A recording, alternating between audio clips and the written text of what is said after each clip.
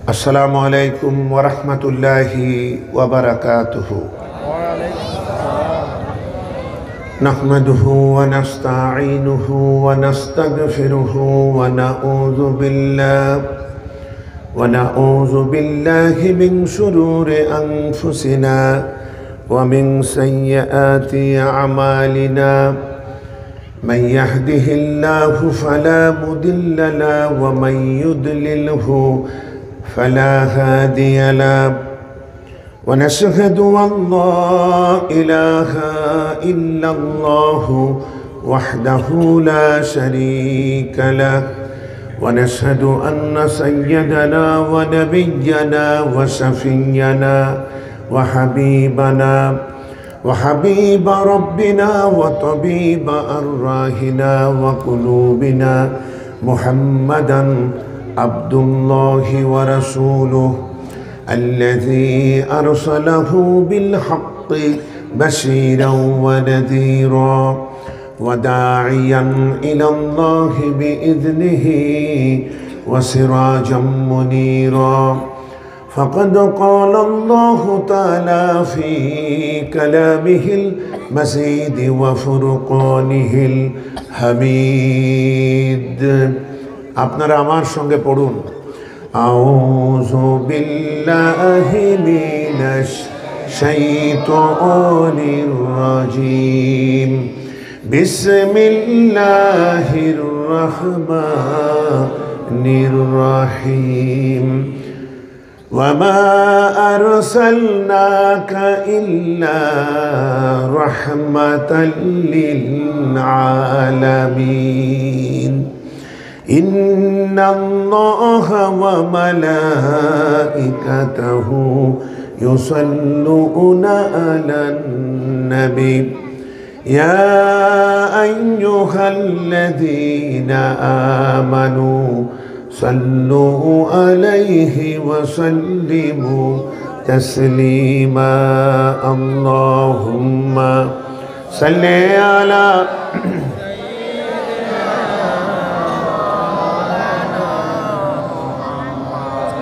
وعلى آل سيدنا اللهم صل على سيدنا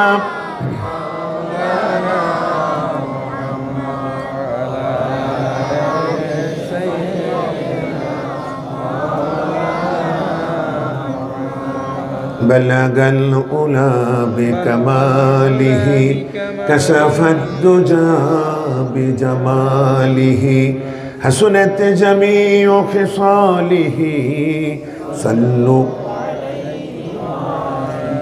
بلغ العلا بكماله كشف الدجى بجماله حسنت جميع خصاله সল্লু আলাইহি ওয়ালিহি। ফয়েজিয়া জামে মসজিদ ও ফয়েজিয়া ইসলামিয়া মাদ্রাসা কমিটির যৌথ উদ্যোগে পুরাতন পাটুয়ারি বাড়ি মধ্য এখলাসপুর বেগমগঞ্জ নোয়াখালী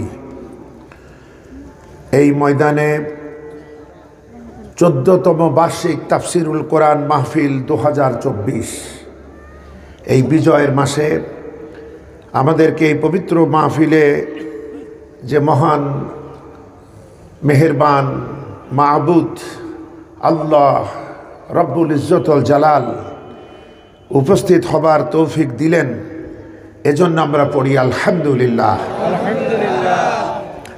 আমিও ব্যক্তিগতভাবে মহান মাবুদের একান্ত মেহেরবানির শুকরিয়া জানাই, যিনি আল্লাহর দ্বীনের খাতিরে আপনাদের সঙ্গে মিলবার সুযোগ আমাকে দিলেন, এজন্য আমিও পড়ছি আলহামদুলিল্লাহ। বন্ধুগণ, সুতরাং একটু ইচ্ছা শক্তি থাকলে আমরা শিখতে পারতাম। আমাদের জন্য হুজুররা বেশ কিছু জিনিস সহজ করে দিয়েছেন, যে জন্য আমরাও অলস হয়েছি। আমাদের এলাকায় তো এমন এলাকাও আছে, কোনো সন্তান যদি তার পিতার জানাজা করাইতে যায়, তাহলে হুজুর বলে, তুমি আবার জানাজা করাবা? আমি কি করছি? আমি তো এই মহল্লার ইমাম। বন্ধুগণ, এরপরে যখন উনি মারা যান কিছুদিন পর একটা দোয়ার ব্যবস্থা হয়। তে সেদিনও হুজুররাই দোয়া করে। তা আমি বলেছি হুজুরকে বলেন যে হুজুর আমার আব্বু আম্মু মারা গেছে, আপনি একটু কান্দে দোয়া করে দেন। হুজুর কানতে পারবে? কান্নার ভান ধরতে পারবে, প্রকৃত কান্না আসবে না। কিন্তু আপনারা যে শিক্ষা আজকে প্রদর্শন করলেন, এটা তো নিশ্চয়ই ভিডিও হচ্ছে না? আচ্ছা, এই ভিডিও ইন্টারনেটে ছেড়ে দিতে হবে। এমনিই তো নোয়াখালীবাসীরাই একসময় সারা বাংলাদেশে ইসলামের শিক্ষা দীক্ষা নিয়ে ছুটে বেরিয়েছেন এবং সারা পৃথিবীতে তারা আছে। আমাদের এলাকায় বলা হয়, তুমি যদি মাটি খোঁড়ো তাহলেও যার সাথে দেখা হবে সেটা একজন নোয়াখালীর মানুষ। আবার যদি তুমি আকাশে ওড়ো, এরপরে সেখানেও যদি খোঁজ নাও তোমার পাশে কে বসে আছে, দেখবা তিনিও নোয়াখালীর। মানে আমরা এরকমই মনে করি। ছোটবেলায় আপনাদের এলাকার ইমাম খতিবেরা আমাদের এলাকার মসজিদগুলাকে গুঞ্জরিত করেছে আল্লাহর নামে, আলহামদুলিল্লাহ। এজন্য আসলে পুরা দেশবাসী ইসলামের জন্য আপনাদের কাছে ঋণী, আলহামদুলিল্লাহ। বন্ধুগণ, আমি আপনাদেরকে কিছু শেখাইতে পারবো না। আপনাদের কেমনে শেখাবো? আমি শুধু বড় জোর যেটা পারি আপনাদের জানা কথাগুলাই একটু মনে করায় দেব, এর বাইরে আমি কিছু পারবো না। তা আপনারা দোয়া করুন আল্লাহ পাক যেন আমার থেকে সেই সব কথা বাইর করেন যে কথাগুলি আমাদের কাজে আসে, যে কথাগুলি আমাদের দুনিয়া ওয়া আখিরাতে মুক্তির গ্যারান্টি হয়। আমরা বলি আমিন। তো বন্ধুগণ, আমার এলাকার একটু প্রতিচ্ছবি এবং বাংলাদেশের কিছু এলাকার কথা বলি। এত দুঃখজনক সত্য যে আমরা হুজুর দিয়ে মাগফিরাতের দোয়া করাই। তাই বলছিলাম যে হুজুরকে বলেন একটু কেঁদে কেটে দোয়া করে দিতে।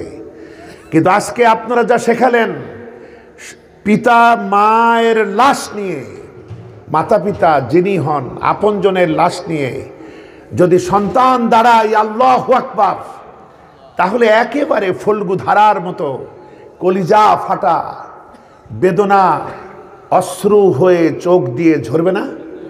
নাকের এই পর্যন্ত আসতে না আসতে আল্লাহ মা বাপকে মাফ করে দিবেন, সুবহানাল্লাহ। বন্ধুগণ, হুজুররা কি দোয়া করেন? হুজুররা দোয়া করেন টাকার উপরে নির্ভর করে। এক রিক্সাওয়ালা গিয়েছে এক এমপি সাহেবের বাড়ির দোয়ার মাহফিলে। তো দেখেন হুজুরের মুনাজাত আর শেষ হয় না। এক এক করে এমপি মহোদয়ের 14 গোষ্ঠী জান্নাতে একের পর এক পাঠাচ্ছে। যত জুলম অত্যাচার অবিচার উনি করেছেন ক্ষমতায় থেকে, সেগুলোও ক্ষমা চেয়েছে বুক ভাষায়। এরপরে আর কোনো গুনাই থাকে না, এরপরে ফজিলত দিয়ে ভরে দেয়। গরিব মানুষ রিক্সাওয়ালা দেখলো, আল্লাহ আমি তো নামাজই পড়িনি, আমার বাপ মা কবে মরছে, তাদের জন্য কিছু একটা করতে হবে, সুতরাং এই হুজুরই আমার দরকার। এরপরে হুজুরকে দাওয়াত দিল, হুজুরও দাওয়াত পেয়ে খুশি। এরপরে উনি গিয়ে রিক্সাওয়ালার বাড়িতে খুব দ্রুত দোয়া সেরে দিয়েছে। মিলাদও শেষ, দোয়াও শেষ, সব শেষ, মোনাজাতও শেষ। রিক্সাওয়ালা বলছে, হুজুর এটা কি করলেন? আপনি দেখলাম ওই বাড়িতে গিয়ে আধা ঘন্টা মোনাজাত করলেন, আপনার মোনাজাতের ঠেলায় আমরা আরো দোয়া করলাম, আল্লাহ হুজুর যেন হাতটা তাড়াতাড়ি নামাই, আর আপনি এখানে 2 মিনিটেই মোনাজাত শেষ, ব্যাপারটা কি? হুজুর বলছে, বেটা রিক্সাওয়ালা, এমপি আমাকে 10,000 টাকা দিয়েছে, তার দোয়া তো লম্বাই হবে, আর তুই দিছিস 500 টাকা, তোর দোয়া কি আর লম্বা হয়? বন্ধুগণ, যে জন্য আর এই দোয়ার ঠিকাদারি কোনো আলিম, কোনো শায়েখ, কোনো পীর সাহেব, কোনো খতিব, কোনো হুজুর এই দোয়াগুলির দায়িত্ব দেওয়া যাবে না। মন খারাপ হইল না? চাকরি নষ্ট করিনি আপনাদের, রিজিকের মালিক কে? এই কথা যে বললাম, এর দ্বারা সুবিধাবাদী হুজুররা আজ রাত থেকে আমার বদনাম দেওয়া শুরু করবে যে এই লোকটা, এই বেয়াদব লোকটাকে আর যেন না আনা হয়। আমি এটা জানি, কিন্তু সবাই তো আর শত্রু হয় না, কিছু বন্ধু তো হয়, তাই না? এই যে মাহফুজুর রহিম কোনোদিন দেখিনি, আজকে প্রথম দেখলাম। আলহামদুলিল্লাহ, আল্লাহর এক বান্দা আমারে যা মেহমানদারি করেছে। এই যে এখানে গান হলো না, খাবার পরে মিষ্টি খাওয়া, আমারে মিষ্টি খাওয়াইছে, এত মিষ্টি খাওয়াইছে, শেষে তার ভাই মাহমুদুর রহিমকে দিয়ে আবার বাজার থেকে ওষুধ এনে খাইতে হয়েছে।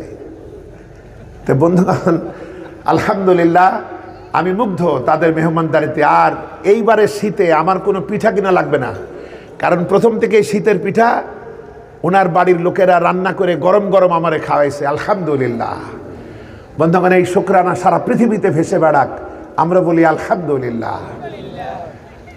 বন্ধুগণ, রিজিকের চিন্তা আমরা করব না, রিস্কের চিন্তা আমরা করব না। সারা জগতে যত প্রাণী আছে তারা রিস্কের সামনে মাথা নত করে, আমরা নত করি না। আমরা মাথা বলবীর বল উন্নত মমশীর, এবং এভাবে হাত দিয়ে তুলে রিস্ক খাই। কারণ আমারে মাথা নত হয় রিস্কের সামনে না, রিস্কের মালিক রাজ্জাকের সামনে। সুতরাং হতাশ হওয়ার কিছু নাই। বন্ধুগণ, আমাদের এভাবেই তৈরি হতে হবে। এই যে একটা প্রতিষ্ঠান কি সুন্দর কাজ করছে। বন্ধুগণ, এই কোরআনই আসল আলো, আর সব আধার। জ্ঞানের একটা মাত্র কেতাব আল কোরআন, আর যত কেতাব আছে সব মানব রচিত ব্যাখ্যা, নোট বই, কোনোটা ইলমের কেতাব নয়। এই ইলমের ব্যাখ্যা, আসল ইলম আল্লাহ থেকে আসে, যে জন্য সেই ছোটবেলা থেকেই আমরা পড়েছি রব্বি জিদনি ইলমা, প্রভু আমার জ্ঞানটা বাড়াও। এই জ্ঞানের ভিখারি আমরা। হযরত ইব্রাহিম আলাইহিস সালামের কাছে যখন ওহী ছটা লাগলো, সঙ্গে সঙ্গে সর্বপ্রথম তিনি পিতার সামনে দাঁড়ালেন, দাঁড়িয়ে বলছেন, আব্বাজান, আমার কাছে এসেছে এমন এক ইলম যা আপনার কাছে আসে নাই, অতএব আপনি আমার অনুসরণ করেন, আমি আপনাকে পথ দেখাবো। সুবহানাল্লাহ। এটা যার থাকে সে হয় গুরু, সে হয় উস্তাদ, সে হয় শিক্ষক, সে হয় মাস্টার অফ মাস্টার্স। সুবহানাল্লাহ। এই কোরআনে আল্লাহ বহু কথা বলেছেন। সমস্ত কথা তিনটা শব্দে বলা যায়। একটি হলো জানো, আরেকটি হলো বিশ্বাস করো, আরেকটি হলো মানো। এর বাইরে কোনো কথা নাই। জানো মানে ইলম অর্জন করো, বিশ্বাস করো মানে ঈমান আনো, মানো মানে কি আমাল করো। এর বাইরে আর কি কিছু আছে নাকি এখানে? বন্ধুগণ, এই তিনটি শব্দ এত মজার। এই তিনটি হক যদি আমি আদায় করতে পারি কোরআনের প্রতি, তাহলে আমার আর টেনশন নাই, আমার সবকিছু ঠিক হয়ে যাবে। আমি আল্লাহর প্রকৃত বান্দা হব, আর জান্নাত সাজানো হয়েছে বান্দাদের জন্যই। বন্ধুগণ, খুব ভালো লেগেছে আপনাদের মাদ্রাসার এই শিক্ষার্থীদের কার্যকলাপ, আপনাদের কর্মসূচি, আপনাদের পরিকল্পনা। আল্লাহ পাক এতে বারাকা দান করুন, আমরা বলি আমিন। বিগত 14 বছর ধরে যারা এই তাফসিরের মঞ্চে আল্লাহর দ্বীনের কথা বলেছেন এবং যারা এসেছেন, আল্লাহ পাক প্রত্যেকের খেদমতকে কবুল ও মঞ্জুর করুন, আমরা বলি আমিন। সম্মানিত ভাইরা, আমি আপনাদের সাথে নিয়ে কোরআনে কারীমের একখানি আয়াত তেলাওয়াত করেছি। এটি হচ্ছে সূরাতুল আম্বিয়ার 107 নম্বর আয়াত। 107 নম্বর আয়াত প্রায় সকলেরই মুখস্থ, আমরা বলি আলহামদুলিল্লাহ। এখানে আল্লাহ সুবহানাহু ওয়া তাআলা নবীজির আসল পরিচয় দিয়েছেন, যে তিনি বলছেন যে আমি তোমাকে আমার সৃষ্টি জাহানের জন্য আমার রহমত করে পাঠাইছি। সুবহানাল্লাহ। আমার ভাইরা, আমার মা বোনেরা, আল্লাহ রাব্বুল আলামিন যেন বলতে চান, আমি ঠিক যতখানি এরিয়ার জন্য রব্বুল আলামিন, আপনি ঠিক ততখানি এরিয়ার জন্য। ওয়ামা আরসালনাকা ইল্লা রাহমাতাল লিল আলামিন, আপনি ততখানি এরিয়ার জন্য আমার রহমত। কত বড় পজিশন! আচ্ছা, এই রকম একটা রহমতওয়ালা নেতা যাদের আল্লাহ দিলেন, তারা আজ নেতৃত্ব ভুলে কিভাবে এ শট করে ও হেড করে। স্বাধীনতার পর অর্ধ শত বছর পার হলো, আমরা এখনো যে তিমিরে, সেই তিমিরেই পড়ে রইলাম। আমাদের কি নেতৃত্বের আকাল আছে নাকি? বন্ধুগণ, আমরা জানি নবীজির অনুসরণ করতে হয়। বন্ধুগণ, অনুসরণ তাকেই করতে হয় যিনি লিডার, যিনি নেতা। আমরা যদি এটা বুঝতাম, আমাদের ইমানের মধ্যে এটা যদি পোক্ত হয়ে গেঁথে থাকতো, তাহলে ওই আসনে জগতে আর কাউকে আমরা বসাতাম না। আমরা বসাতাম না তা নয়, কেমন ভাবে বসাইতাম? যেমন ধরেন মসজিদে ইমাম সাহেব ইমামতি করেন, তা আমরা কি চোখ বুজে তার ইক্তেদা করি? তিনি যদি ভুল করেন সঙ্গে সঙ্গে লুকমা থ্রো করি, কারণ আপনি আসল ইমাম নন। আপনি আরেকজন ইমামের কমান্ড অনুসরণ করে আমাদের ইমাম হয়েছেন, সেই তরিকা অনুযায়ী চলুন। আমরা আপনার পিছনে নীরবে সালাত সমাপ্ত করব। কিন্তু সেই আসল ইমাম হচ্ছেন মুহাম্মাদুর রাসূলুল্লাহ সাল্লাল্লাহু আলাইহি ওয়াসাল্লাম। তার অনুসরণে যদি ত্রুটি হয়, সঙ্গে সঙ্গে লুকমা, সঙ্গে সঙ্গে লাল কার্ড, সতর্কবাণী। এটা কি আদবের কথা চিন্তা করে ইমাম সাহেবের কানে কানে দিতে হয় নাকি জোরে? তার মানে আপনি আসল ইমাম না। আপনি যার নামে এখানে দাঁড়াইছেন সেই ইমাম হলো আসল ইমাম। এই ছোট্ট মসজিদে 200, 300, 500 লোকের ইমামতিতে যদি এই হয়, তাহলে কোটি কোটি মানুষের ইমামতির আসনে যারা বসেন, যারা ড্রাইভিং সিটে বসেন, এই মুসলিম জাতি, তাদেরকে যে কত লোকমা দেয়া লাগবে তার কোনো ইয়ত্তা নাই। কিন্তু আমরা নীরবে এগুলো মেনে চলি, যার কারণে আমাদের তাকদীরে আলো আসে না। আমাদের এত আন্দোলন, এত রিভলিউশন, এত নেতা, কারো দ্বারাই কিছু হলো না। শেষে আমরা যে বিপ্লব পেয়ে পুনরায় স্বাধীন হলাম, ওরা হচ্ছে আমাদের সন্তান, আমাদের ছেলে মেয়েরা যারা ছিল শিক্ষার্থী, রাজনীতির রও তারা বোঝে নাই, সেই ছেলে মেয়েগুলি বৈষম্য বিরোধী আন্দোলন করতে আসলো, আর জালিমের অহংকার জালিমের পতন ডেকে আনলো। আর আল্লাহ পাক খুশি হয়ে এ জাতিকে মুক্ত করলেন। বলেন আলহামদুলিল্লাহ। বন্ধুগণ, সুতরাং বিগত প্রায় 54 বছরের যে আগের যে স্বাধীনতা, সেটা স্বাধীনতার পরে হাইজ্যাক হলো এবং আমাদেরকে বলা হলো স্বাধীনতাটা আমরা তোমাদের দিছি। এজন্য 54 বছর ধরে আমাদেরকে কাফফারা দেয়া লাগলো প্রতিবেশী দেশকে। এখন আর কাফফারা দেওয়া লাগবে না, কারণ এর স্বাধীনতা আমাদের সন্তানদের হাতে এসেছে আল্লাহর পক্ষ থেকে। বলেন আলহামদুলিল্লাহ। গোটা জগতের কারো কাছে আমরা ঋণী না এই স্বাধীনতার জন্য, এই বিজয়ের জন্য, শুধুমাত্র আল্লাহর কাছে ঋণী। আমরা দেখেছি ওই ছেলেগুলা ছিল ইমানদার, নামাজের ওয়াক্ত হলে রাজপথে জামাতের সাথে তারা নামাজ আদায় করেছে। আলহামদুলিল্লাহ। কিভাবে গরমের দিনে মানুষেরা বাড়ি থেকে নেমে এসে তাদের পানি সাপ্লাই করেছে, কত মুহাব্বত, ভ্রাতৃত্ব, কত ভালোবাসা। আমরা সেই খোলাফে রাশেদার সুমহান আদর্শ আমাদের সন্তানদের মাঝে দেখতে পেয়েছি। আমরা বলি আলহামদুলিল্লাহ। এত ওয়াজ, এত তাফসীর, এরপরও প্রতিবেশী দেশটা কত জঘন্য এবং বর্বর আমরা চিনতে পারিনি। কিন্তু এখন আমরা চিনতে পারি নাই। নতুন স্বাধীনতা হতেই পানি পাঠালো। আপনারা মুরব্বীরাও দেখেন নাই নোয়াখালীতে এত পানি, কিন্তু এবার দেখতে হয়নি। পানি তো না, জল পাঠাইছিল, জল। আচ্ছা, আমিও এসছিলাম আপনাদের এই যে নোয়াখালীর লক্ষ্মীপুরে, আমার সামান্য কিছু সামর্থ্য নিয়ে ওখানে হাফেজ নেসার উদ্দিন রহমতুল্লাহ আলাইহের মাদ্রাসা, ওখানে আগে থেকে পরিচয় ছিল, তো ওদেরকে কাজে লাগিয়ে চিকিৎসা এবং ঔষধ সাহায্য দিতে পেরেছিলাম। তো বন্ধুগণ, বিষয়গুলো কত ভালোবাসে, বিরাট দেশ, কিন্তু কলিজাটা এত ছোট যে পুঁটি মাছের চাইতে একটু বড়, এছাড়া আর কিছুটা। তো এখনো তারা ভয় দেখায় তোমাদেরকে কবজা করতে 15 মিনিট লাগবে।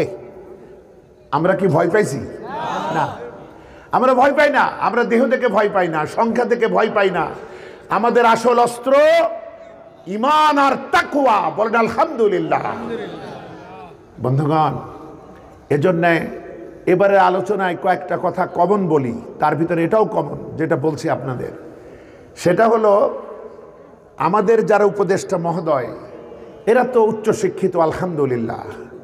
এখন আমাদের কিছু দায়িত্ব আছে। আমরা যারা ইসলাম নিয়ে চলি, সে দায়িত্ব এদেশের বৃহত্তম সংগঠনের পক্ষ থেকে আদায় করার চেষ্টা করা হচ্ছে, বলেন আলহামদুলিল্লাহ।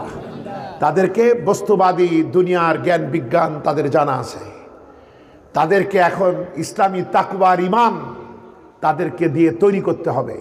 তাহলে কি হবে? হযরত উমর ফারুক রাদিয়াল্লাহু তাআলা আনহু যৌবনকালের শুরুতে তার মতো জাহেল, তার মতো সন্ত্রাসী, তার মতো বিয়াদব আর কেউ ছিল? আমি যুবক উমরের প্রথম ২৬ বছরের কথা বলছি। আবার কালকে বলেন না যে হযরত উমর কি বিয়াদব বলল না। আপনি যে উমরকে চেনেন সেই উমরকে বিয়াদব বলি নাই। সেই উমর তো ফারুকে আজম রাদিয়াল্লাহু তাআলা আনহু। আমরা বলি আলহামদুলিল্লাহ। কি যোগ্যতা তিনি অর্জন করলেন! রাসূলকে মারতে এসেছিলেন, আর তিনি কি হলেন? নবীজি বলছেন আমার পরে কেউ তো নবী হবে না, যদি কেউ নবী হইতো লাকানা উমর, উমর অবশ্যই আল্লাহর নবী হয়ে যেতেন। সুবহানাল্লাহ। সেই উমর হলো দ্বিতীয় খলিফা। সারা বিশ্বের সুপার পাওয়ার।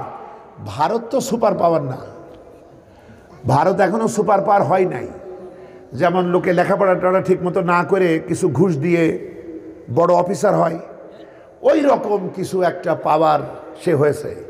কিন্তু ওই দেশের সৈন্যবাহিনী এত ভীত যে আমাদের সীমান্ত রক্ষীরা ইতিপূর্বে দেখাইছে, সেই অপরাধে ওদের কৃতদাসী আমাদের দামাল ছেলেদেরকে নৃশংসভাবে পিলখানার হত্যাযজ্ঞ চালাইছিল।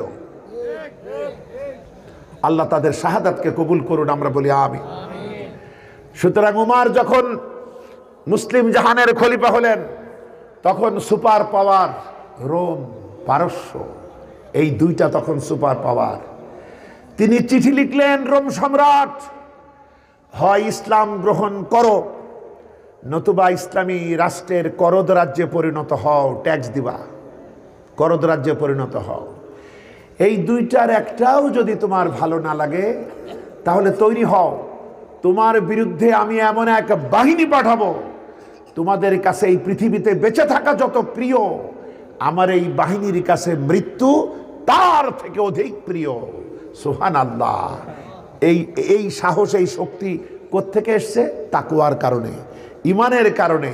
কেউ যদি মহাশক্তি মানের সাথে একাত্ম হয়, তার সাহস এমনই হয়। আমরা দোয়া করি আল্লাহ পাক আমাদের আন্দোলনের ফসল এই উপদেষ্টা যারা আছেন, তাদের ভিতরে যারা প্রকৃতই মুনাফিক, চেঞ্জ হওয়া কপালে নাই, আল্লাহ তাদেরকে এমন একটা পরিস্থিতি দিক, তারা বের হয়ে যাক। আর যারা প্রকৃতই ঠিক, আল্লাহ তাদেরকে ঈমান ও তাকওয়া যেন বকশিশ করেন, আমরা বলি আমিন। ইনারা সংস্কারের কথা বলেছেন, সংস্কার তো লাগবেই। যত জঞ্জাল, এই যে কালকে আজকের মাহফিল, অনেক কিছু এখানে এলোমেলো হবে, আগামীকাল পরিষ্কার করা লাগবে না? প্রায় 53 থেকে 54 বছরের জঞ্জাল এই দেশে ফেলা হয়েছে, সংস্কার তো করাই লাগবে। তাছাড়া আবার পুরানো কোনো চেহারা যদি বসান যারা এখানে নোংরা করেছে, তাহলে সেই তাই তো হবে। যে জন্য অন্তত নিরপেক্ষ কারো দায়িত্ব পালন করতে হয় সংস্কারের জন্য। কিন্তু কেউ কেউ সংস্কারের জন্য সবর করতে রাজি নয়, বারবার কয় নির্বাচন নির্বাচন নির্বাচন। হ্যাঁ, এটা মামু বাড়ির আবদার, সবই হবে, তার আগে সংস্কার সাধন করতে হবে। কি দিয়ে? একদিকে বিবেক, অপরদিকে আল কোরআন। বলেন আলহামদুলিল্লাহ। এই কোরআনেরই কণ্ঠস্বর, এর প্রাণই হচ্ছে বিবেক, এটা কথা বলে। তবে শুধু বিবেক দিয়ে হবে না, বিবেককে কাজে লাগাইতে হবে। আসল ব্যাপার এইটা। মহানবী সাল্লাল্লাহু আলাইহি ওয়াসাল্লাম তার তারুণ্যে তিনি একটা হিলফুল ফজলে ঢুকছিলেন। 17 থেকে 40 নিজের বুদ্ধিমত্তা, আবেগ, অনুভূতি, ভালোবাসা, আন্তরিকতা এবং মক্কার যুব সমাজ, এদের নিয়ে জুলম প্রতিরোধ করতে চাইলেন, অসহায়ের পক্ষে দাঁড়ালেন, মক্কা থেকে সমস্ত অত্যাচার, নিপীড়ন, বিশৃঙ্খলা বন্ধ করতে চাইলেন। বন্ধুগণ, যতখানি চাইছিলেন ততখানি কিন্তু হয় নাই, যার কারণে তার এই মক্কা শহর ভালো লাগতো না, মন খারাপ হতো, এদের সাথে মিশতে মন চাইতো না। তিনি একটু দূরে হেরা গুহায় ধ্যানমগ্ন হলেন। 17 থেকে 40, 23 বছর। আর তিনি বেঁচে ছিলেন 63 থেকে 40, আরেকটা 23 বছর। প্রথম 23 বছর আব্দুল্লাহর ছেলে মোহাম্মদ হিসাবে সংস্কার আন্দোলন করলেন। পরের 23 বছর, প্রথম 23 বছরে শুধু মক্কা এরিয়া, আর পরের 23 বছর মক্কা নয়, বিশ্বব্যাপী সংস্কার আন্দোলন শুরু করলেন মুহাম্মাদুর রাসূলুল্লাহ হিসাবে সাল্লাল্লাহু আলাইহি ওয়াসাল্লাম। বলেন কে সফল, আব্দুল্লাহ ছেলে না মুহাম্মাদুর রাসূলুল্লাহ? কারণ তখন ছিল মাথার বুদ্ধি। আপনি একটু চিন্তা করেন, উনার আন্তরিকতায় ঘাটতি নাই, নিয়ত ভালো, অন্তর পরিশুদ্ধ, চেষ্টা তদবির সব ঠিক আছে, কিন্তু ছিল না এইটা। এই আলোটা না থাকার জন্য এত আন্তরিকতা, এত পরিশ্রম, এত চেষ্টা, এত যুবশক্তি, তারপরও মক্কা থেকে জঞ্জাল সাফ করা যায় নাই। তাহলে তার মতো মানুষ যদি সবটুকু না পারেন, তোমরা কি কেউ কোরআন ছাড়া পারবা? পারবা না। এবার তিনি পরবর্তী 23 বছর এই ওহীর আলো দিয়ে এই মেডিসিনটা যখন লাগালেন, শুধু মক্কা না, মক্কা মদিনা শুরু হয়ে গেল দেশের পর দেশ। তিনি সংস্কারকৃত যেই জায়গাটা রেখে গেলেন, সেটার আয়তন ছিল 12.5 লক্ষ বর্গমাইল। বলেন আলহামদুলিল্লাহ। 12.5 লক্ষ। আমরা আছি 55,000-এর উপরে, আমরা 1 লক্ষের উপরে নাই, 55,000-এর উপরে আছি। আর তিনি রেখে গেলেন 12 লক্ষ বর্গমাইল পরিশুদ্ধ সংস্কৃত মানুষ। এই অমানুষ যারা ছিল তাদেরকে মানুষ বানালেন, সুবহানাল্লাহ, তাদেরকে মুসলিম বানালেন। তাহলে মনে রাখতে হবে, রাসূলের মতো আন্তরিকতা আর কি কারো হবে? রাসূলের মতো এত পরিশ্রমী, এত খেয়াল আর কি কেউ রাখবে? না, এমন মানুষ মিলবে না আর এই ধরাতে। তাহলে অন্যরা যারা বস্তা পচা ইহুদিবাদ, খ্রিস্টবাদের তৈরি আবিষ্কার, জাতীয়তাবাদ, ধর্মনিরপেক্ষতাবাদ, সমাজতন্ত্র, সমাজবাদ, পুঁজিবাদ, যা দিয়ে আজকে বিশ্ব মানবতার কপালকে, তাকদীরকে ওরা বরবাদ করে দিচ্ছে, ওরা মুক্তি দিতে পারবে না। সুতরাং মুক্তি তারাই পারবে যারা রাসূলের এই হাতিয়ার যারা বুকে নিয়েছে, কলিজায় নিয়েছে, মাথায় নিয়েছে, হৃদয়ে নিয়েছে, এ নিয়ে যারা জীবনের প্রশিক্ষণ নিয়েছে, প্র্যাকটিস করছে এবং গোটা জাতিকে মদিনা রাষ্ট্রের স্বপ্ন দেখাচ্ছে, ওরাই পারবে। আমরা বলি ইনশাআল্লাহ। বন্ধুগণ, আমাদেরকে হুঁশে আসতে হবে, না হলে সর্বনাশ হয়ে যাবে। একটা সুযোগ আমরা পাইছি, এই সুযোগ বারবার আসে না। আল্লাহ আমাদেরকে দয়া করে সহজে দিয়েছেন। এখন সমস্ত মতভেদ ভুলে রহমত দিয়ে, ভালোবাসা দিয়ে এক ঐক্যবদ্ধ থাকতে হবে ইসলামের মৌলিক আদর্শের ভিত্তিতে, তাওহীদের ভিত্তিতে। ঠিক কিনা বলেন? এখন মতভেদ করার সময় নয়। আমরা কার উম্মত? রহমতওয়ালা নবীর উম্মত। এই যে তিনি রাহমাতাল লিল আলামিন, এই আয়াতের ব্যাখ্যা করে মাসের পর মাস চলে যাবে, শেষ হবে না। জগতে কত তাফসীর লেখা হয়েছে, একটাও এখনো অতখানি হক আদায় করতে পারে নাই। কারণ তিনি রহমত কি একটা ব্যাপারে? আপনার ব্যক্তিগত জীবন তাকান, যদি বিপদে না পড়তে হয়, সঠিক সিদ্ধান্ত নিতে হয়, মুক্তি পেতে হয়, এই একটা মানুষই আপনার লাগবে। পরিবারে অশান্তি, পরিবারের আদর্শ যদি নিতে হয়, পরিবার যদি জান্নাত বানাতে হয়, এই একজন নেতার পানেই তাকাতে হবে, তিনি পরিবারের জন্য রহমত। বলেন আলহামদুলিল্লাহ। আপনি সমাজে দুর্নীতি, সন্ত্রাস, খুন, গুম, এ থেকে মুক্তি পেতে হলে তার থেকেই সামাজিক আদর্শ নিতে হবে, তার থেকেই রাষ্ট্রীয় আদর্শ নিতে হবে, তার থেকেই বিশ্ব গঠনের আদর্শ নিতে হবে। সুতরাং এক এক করে অর্থনীতি, ইহুদিদের সুদভিত্তিক অর্থনীতি শান্তি দেবে না, মহানবীর জাকাত ভিত্তিক অর্থনীতিতে শান্তি আসবে। আমরা বলি আলহামদুলিল্লাহ। তার সংস্কৃতি, তার দেওয়া উপহার, কি পবিত্রতা, কি নৈতিকতা। তিনি শিশুর জন্য রহমত, তিনি একটা পশুর জন্য রহমত, তিনি একটা পাখির জন্য রহমত, তিনি গাছের জন্য রহমত। যুদ্ধক্ষেত্রে ফলবান গাছ কাটতেও তিনি নিষেধ করেছেন। কত দরদ! একটা কুরবানি দিবেন, বলা হয়েছে ধারটা ভালো করে দাও, যাতে ও ব্যথা না পায়, কষ্ট না পায়। যুদ্ধের ময়দানে হেদায়েত দিয়েছেন, খবরদার শিশু, নারী, বৃদ্ধ ধর্মীয় নেতা, এদের উপরে হাত তুলবা না। সুবহানাল্লাহ। তার রহমত কেমনে বলে শেষ করা যাবে?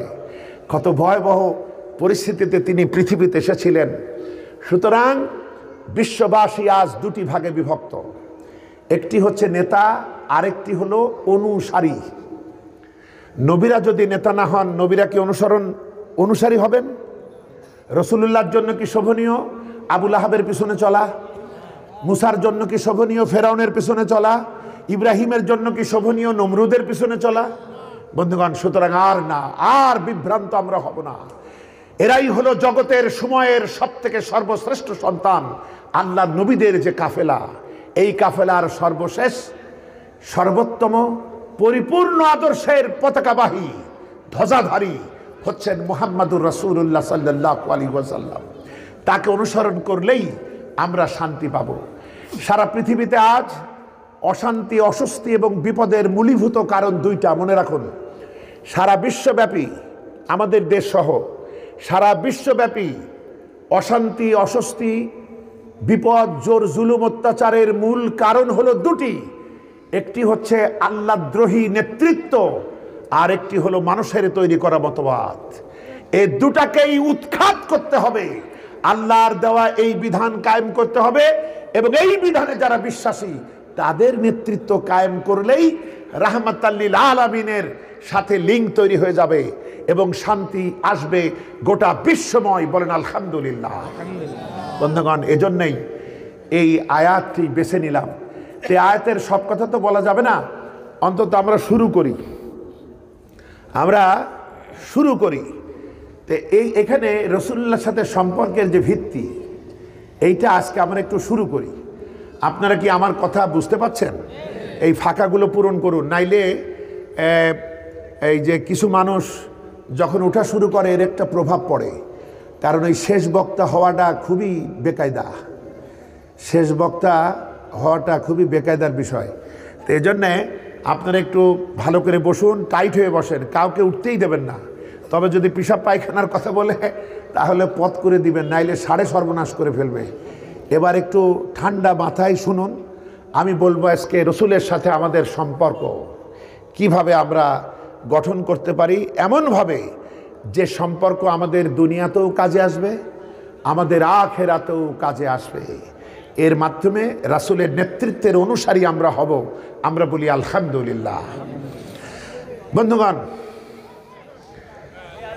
রাহমাতাল লিল আলামিনের প্রতি আমাদের সবার ঈমান আছে না? আছে, আলহামদুলিল্লাহ। আমরা তো পড়েছি লা ইলাহা ইল্লাল্লাহু মুহাম্মাদুর রাসূলুল্লাহ সাল্লাল্লাহু আলাইহি ওয়াসাল্লাম, আমরা পড়েছি। আচ্ছা, এই রাসূলুল্লাহর প্রতি ঈমানের দুইটা মৌলিক ভাগ আছে। দুইটা শর্ত যদি আমরা মানতে পারি, তাহলে আমার নবীজির প্রতি আমার ঈমান সার্থক, সফল, এবং আমি তার সুপারিশ পাবো আখিরাতে, আদালতে, এবং পৃথিবীতেও আমি মুক্তি এবং সমৃদ্ধি পাব। দুইটা ভাগ। একটি হলো রাসূলের প্রতি ঈমানের প্রথম ভাগটা হলো নবীজিকে ভালোবাসতে হবে, এটা হলো মুহাব্বত। দ্বিতীয় হলো আনুগত্য, তাকে অনুসরণ করতে হবে। এই ভাগটা আমি তৈরি করিনি, এই ভাগটা মহানবী নিজেই বলেছেন। সহিহ আল বুখারী প্রথম খণ্ড, কিতাবুল ঈমান অধ্যায়, হাদিস নাম্বার 14। একই হাদিস, একই রাবী বর্ণনা করেছেন সহিহ আল মুসলিমের মধ্যে 75 নম্বর হাদিস। একটু শব্দগত পার্থক্য আছে, কিন্তু কথা একই। লা ইউমিনু আহাদুকুম হাত্তা আকুনা আহাব্বা ইলাইহি মিন ওয়ালিদিহি ওয়া ওয়ালাদিহি ওয়ান নাসি আজমাইন।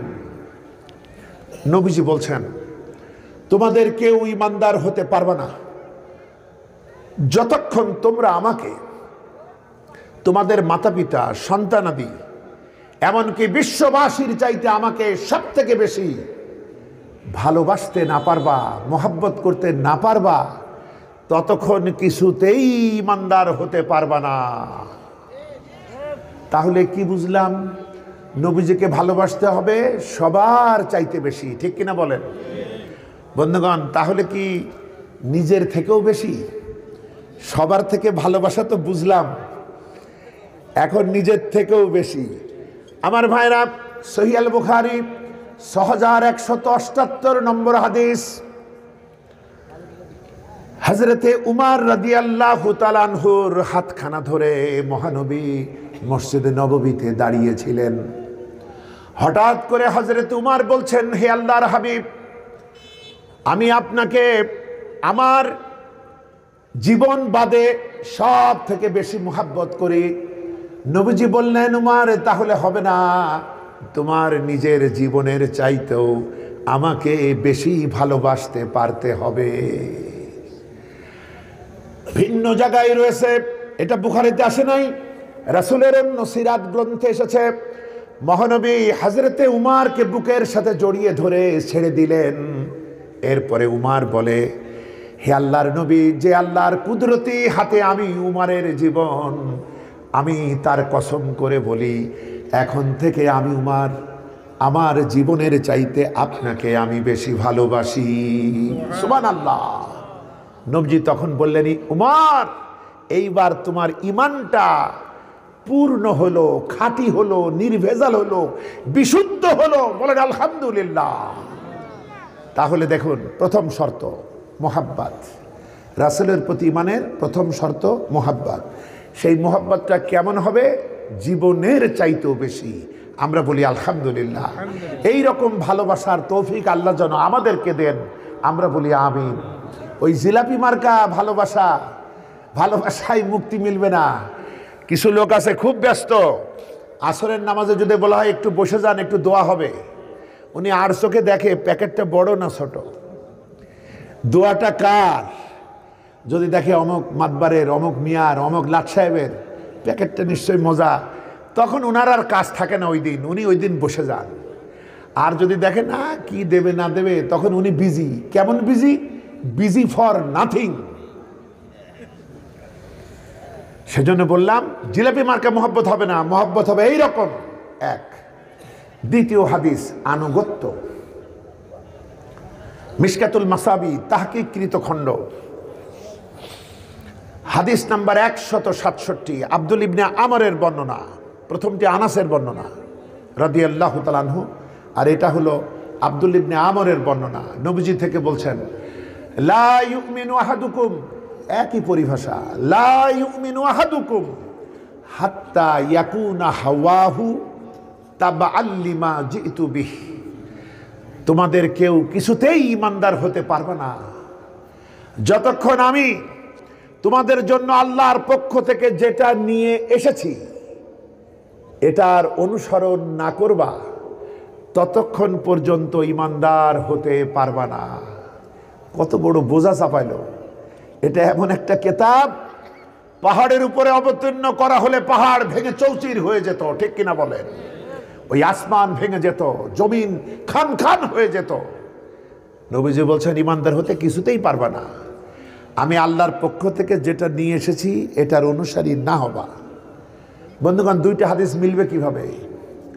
প্রথমে ভালোবাসার কথা শুনে আমরা আশেকে রসুল হয়েছিলাম এক সময়, সুবিধাবাদ জিন্দাবাদ, আমরা নিজেদেরকে বলতাম ঢাকায় আমরা আশেকে রসুল, আমি সুফি সম্রাট, কত অহংকার, এগুলো সব নিশ্চিহ্ন হয়ে গিয়েছে। আমরা বলি আলহামদুলিল্লাহ। রাসূলের সুন্নাহ, রাসূলের সিরাত, রাসূলের ব্যক্তিত্ব যখন বিপদে পড়তো তখন ওই ওই আশেকগুলো একটা কথা বলতো না। আচ্ছা, এবার কিভাবে মিলাবো যে এটাও ঠিক এটাও ঠিক? দুইটা মিলেই আসলে এক ঠিক। সব দেশে টাকা আছে, কাছে টাকা আছে, দেন তো, ভয় নেই, আমি সর্দি দেবো, দিয়ে দেবো, দেন তো, বড় দেন, যেহেতু ফেরত পাবেন এখনই, কোনো হালখাতেই লাগবে না, আপনার কোনো টেনশন নেই। আরে বাবা কটটি দিয়েছে, আল্লাহ আল্লাহ আল্লাহ, এই সুবহানাল্লাহ, এটা থাক। জনাব, এইটা কত টাকার নোট? এদিকে লেখা আছে 1000, এদিকেও লেখা আছে 1000, তাহলে তো 2000 হবে, তাই না বন্ধুগণ? 1000-এ 1000-এ 1000ই, লা ইউমিনু আহাদুকুম হাত্তা আকুনা আহাব্বা ইলাইহি মিন ওয়ালিদিহি ওয়া ওয়ালাদিহি ওয়ান নাসি আজমাইন। লা ইউমিনু আহাদুকুম হাত্তা ইয়াকুনা হাওয়াহু তাবআল লিমা জিতু বিহি। দুদিকেই লা ইউমিনু আহাদুকুম, এদিকেও 1000 এদিকেও 1000, মিলে 1000। আচ্ছা, এদিকে একটা ছবি আছে, এখন এই ছবির নাম আমি বলতে পারবো না। এক সময় অন্য কথা কইতে পারতাম না, এরা গলা চেপে ধরছিল, আজকে এদের কথা আর কওয়া যায় না। পরশুদিন আপনাদের নোয়াখালী বিভাগে ঢুকতে হঠাৎ করেই কানে আসলো এক বলিষ্ঠ কণ্ঠের 16 ফেব্রুয়ারি কি 16ই ডিসেম্বর আমাদের সকলের প্রিয় কণ্ঠস্বর আমার কানে আসলো নোয়াখালীর কোন এলাকার এক মোড়ে। খুব দ্রুত গাড়িতে যাচ্ছিলাম তো সাইনবোর্ড পড়তে পারিনি, শুধু দেখেছি নোয়াখালী। আচ্ছা, আর কি কি দেখছিলাম আমার মনে নাই। তখন দেখি আমাদের সবার প্রিয় আল্লামার কণ্ঠ ভেসে আসছে, আমরা বলি আলহামদুলিল্লাহ। বন্ধুগণ, উনার কথা বলা যাইতো না, আহারে। সুতরাং আজকে তোমার কথাও বলতে পারলাম না। তো এইদিকে একটা ছবি আছে, আর এই দিকেও একটা ছবি আছে সংসদ, আর একটা ছবি আরেকটা আছে। আচ্ছা, ধরুন একদিকে 1000 লেখা আছে, ছবিও আছে, আরেকদিকে ছবি নাই, 1000 লেখা নাই, তাহলে এটা কত টাকার নোট হবে? জাল টাকা, জাল। ছবিও নাই, 1000ও নাই, সাদা, একদিকে লেখা। তাহলে কেউ কি আপনি 1000 টাকায় কিনবেন? 500 টাকাও কিনবেন, 5 টাকায়ও কিনবেন, এটা জাল টাকা। টাকাটা ফেরত দেই, আর যাবেন না। বন্ধুগণ, এবার আসুন, ইমানি মুদ্রার দুই দিকে দুইটা সিল থাকতে হবে। যে ইমানি মুদ্রা নিয়ে আল্লাহ এবং তার রাসূলের সামনে দাঁড়াবো, কিয়ামতের দিন উঠব, আমাদের ইমানি মুদ্রার দুদিকে দুটি সিল থাকবে। একটি হচ্ছে মুহাব্বতের সিল, আরেকটি আনুগত্যের সিল।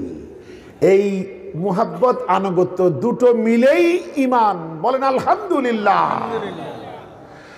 আমার ভাইরা, রাসূলকে কেমন করে ভালোবাসবো, রাসূলকে কেমনে আনুগত্য করব?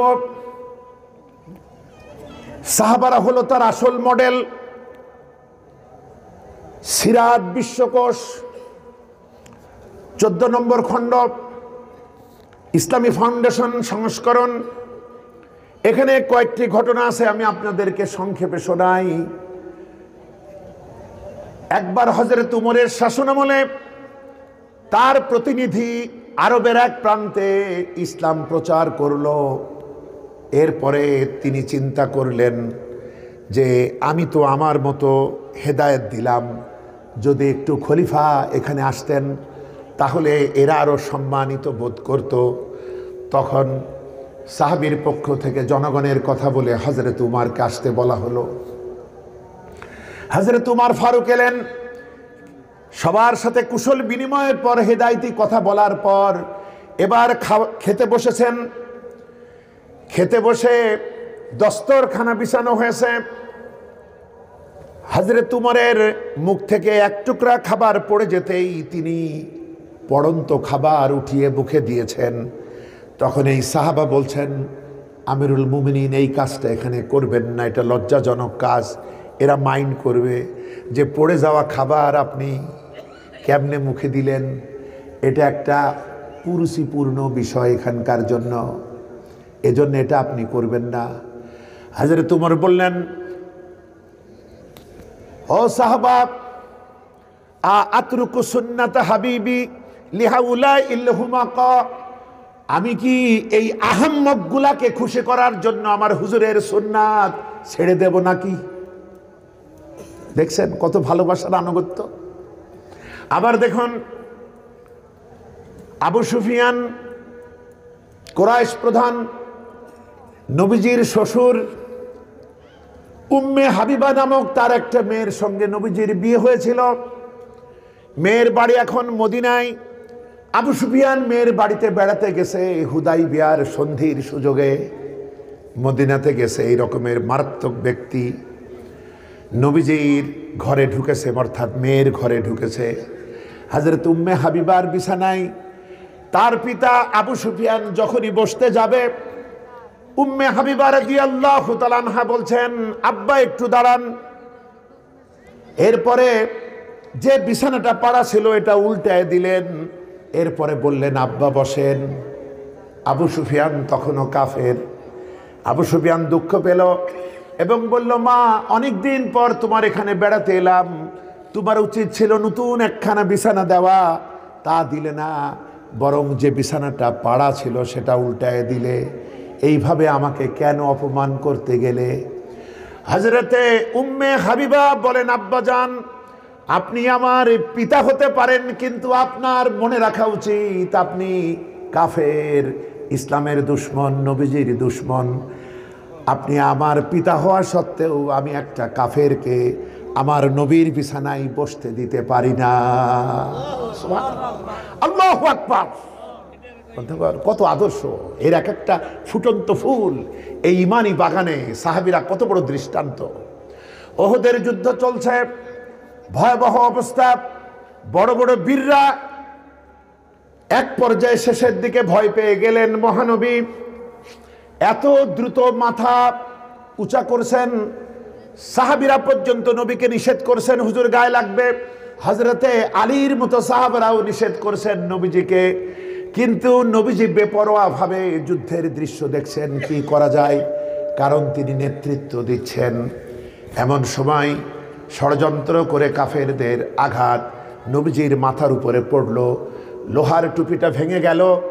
লোহার টুপির কড়াগুলা টুকরাগুলা নবীজির মাথার ভিতরে, মুখের ভিতরে ঢুকে পড়ল। নবীজি আহত হয়ে পড়ে গেলেন। চতুর্দিকে মুনাফিকেরা ছড়িয়ে দিল, কাফেরেরাও ছড়িয়ে দিল।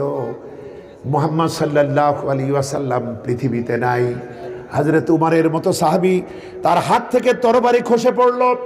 তিনি বললেন যে, রাসূলই যখন নাই, কার জন্য যুদ্ধ করব? এরকম একটা ভয়াবহ কঠিন পরিস্থিতি যখন দেখা দিল, ঠিক তখন হযরতে আবু বকর, হযরতে আলী আর হযরতে উসমান রাদিয়াল্লাহু তাআলা আনহু নবীজি গর্তে পড়ে গেছেন। নবীজিকে ধরাধরি করে উহুদ পাহাড়ের উপরে একটা জায়গা এতটুকু সমান আছে, যেটা দেখলে মনে হয় একজনকে যেন পূর্ব থেকেই একজন মানুষ এক সময় শোবে, এই রকমের ব্যবস্থা করা আছে। সুবহানাল্লাহ। নবীজিকে নিয়ে তারা যখন উঠে ওখানে শোয়ায় দিলেন, সমগ্র উহুদ পাহাড় থরথর করে কেঁপে উঠল।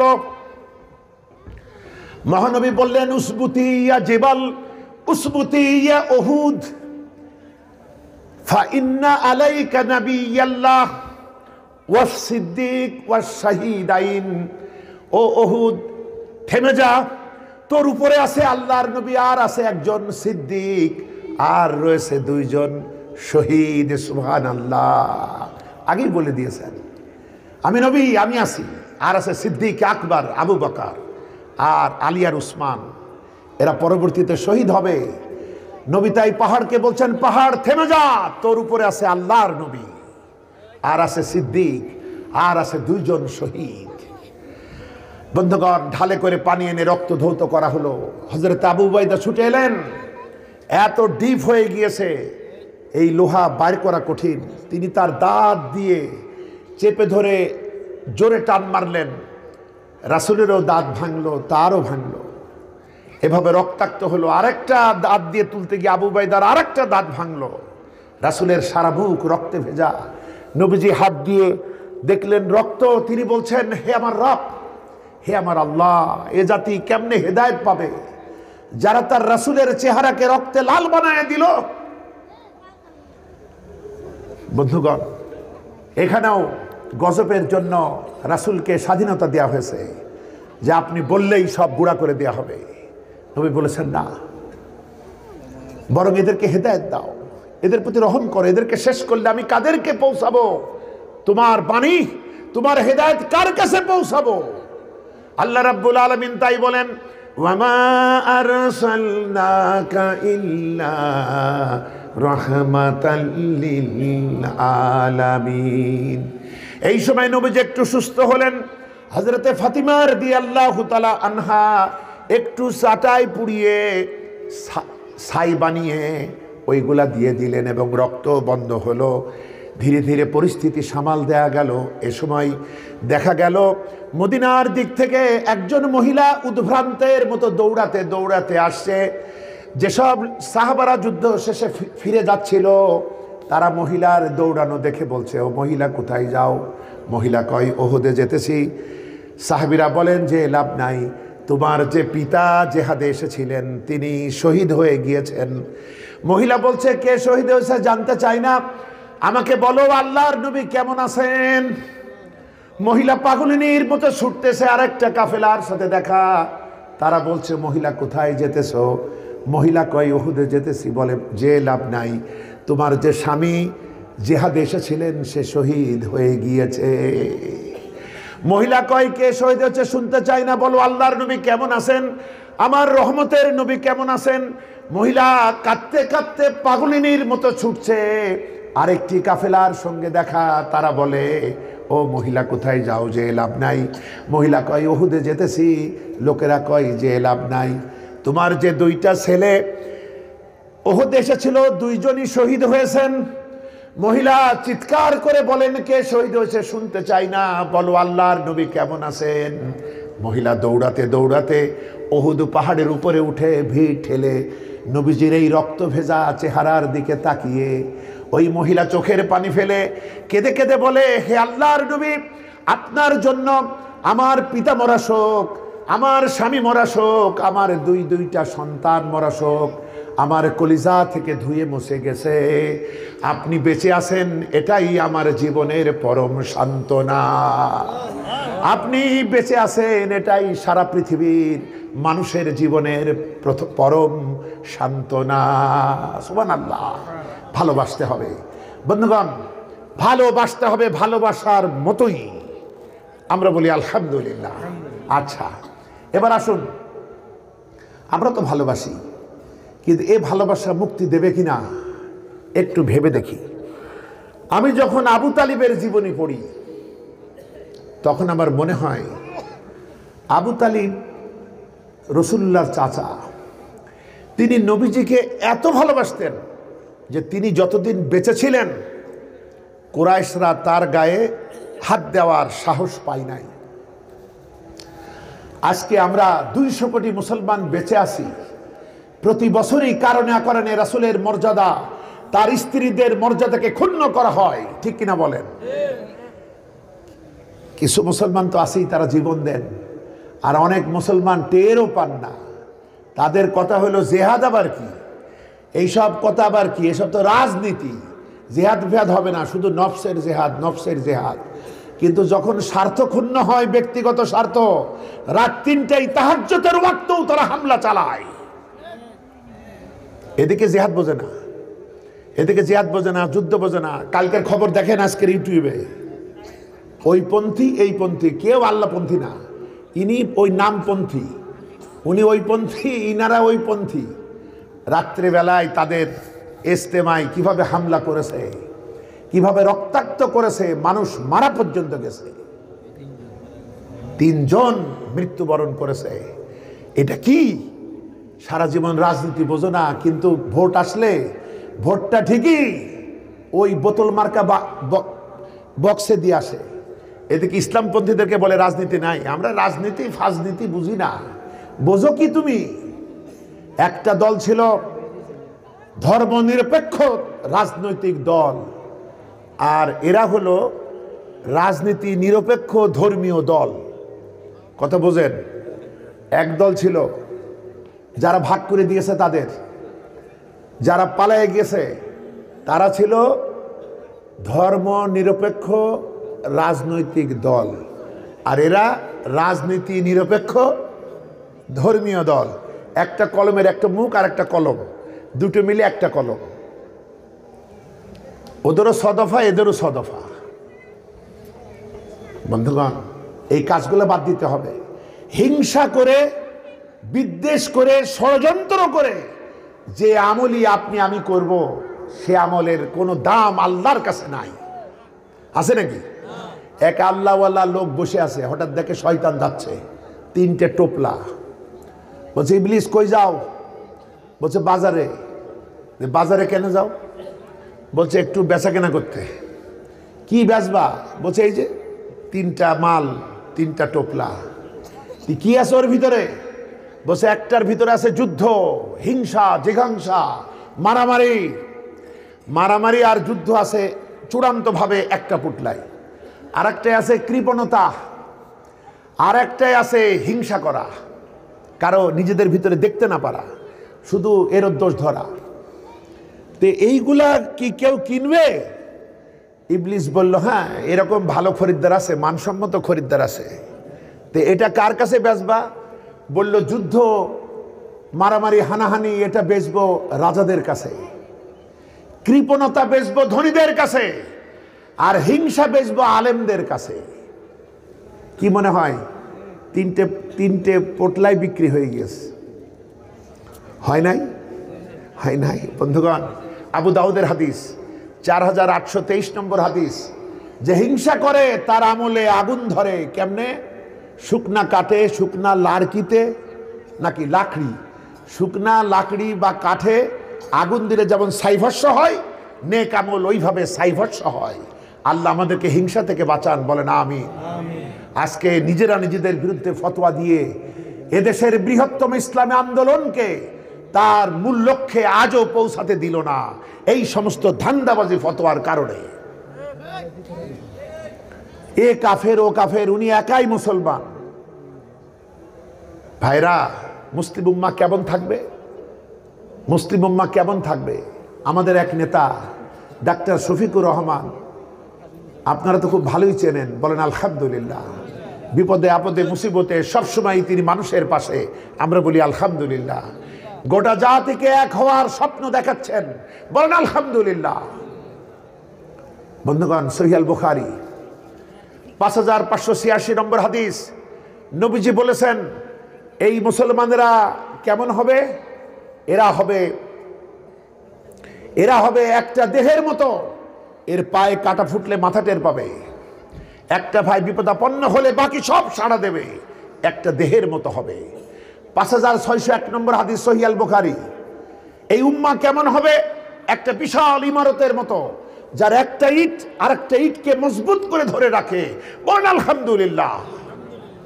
তুমি পীর সাহেব, তুমি হুজুর, তুমি মুফতি, তুমি ফতোয়া দিতে পারো না, বড় বড় হারামখোরদের বিরুদ্ধে কথা বলো না, কারণ তুমি তো তাদেরটাই খাও।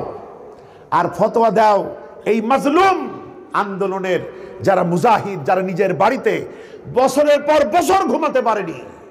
এই নোয়াখালীতে ডাক্তার ফয়েজ সাহেবকে রহমতুল্লাহ আলাইহে, তাকে তার বিল্ডিং থেকে ফেলে মেরে ফেলা হয়েছে, ঠিক কিনা বলেন? কত অত্যাচার অবিচার তোমরা করেছো, তোমরা পারো নাই। আর তাদেরকে কাফের বলতে পারো নাই, বরং যখন তাদের মরার সময় নির্বাচনী প্রশ্ন যখন, তখন তোমরা ডেকে ফেললে উনি আমাদের মা, উনি আমাদের জননী। লজ্জা যদি থাকে বন্ধুগণ, এগুলো তো সহ্য করতে পারি না, কি করব? তারপরও আমরা তোমাদেরকে ভালোবাসি। আল্লামা সাইদি বলেছেন, আলিয়া আর কওমি আমার দুটি চোখের মতো প্রিয়, বলেন আলহামদুলিল্লাহ।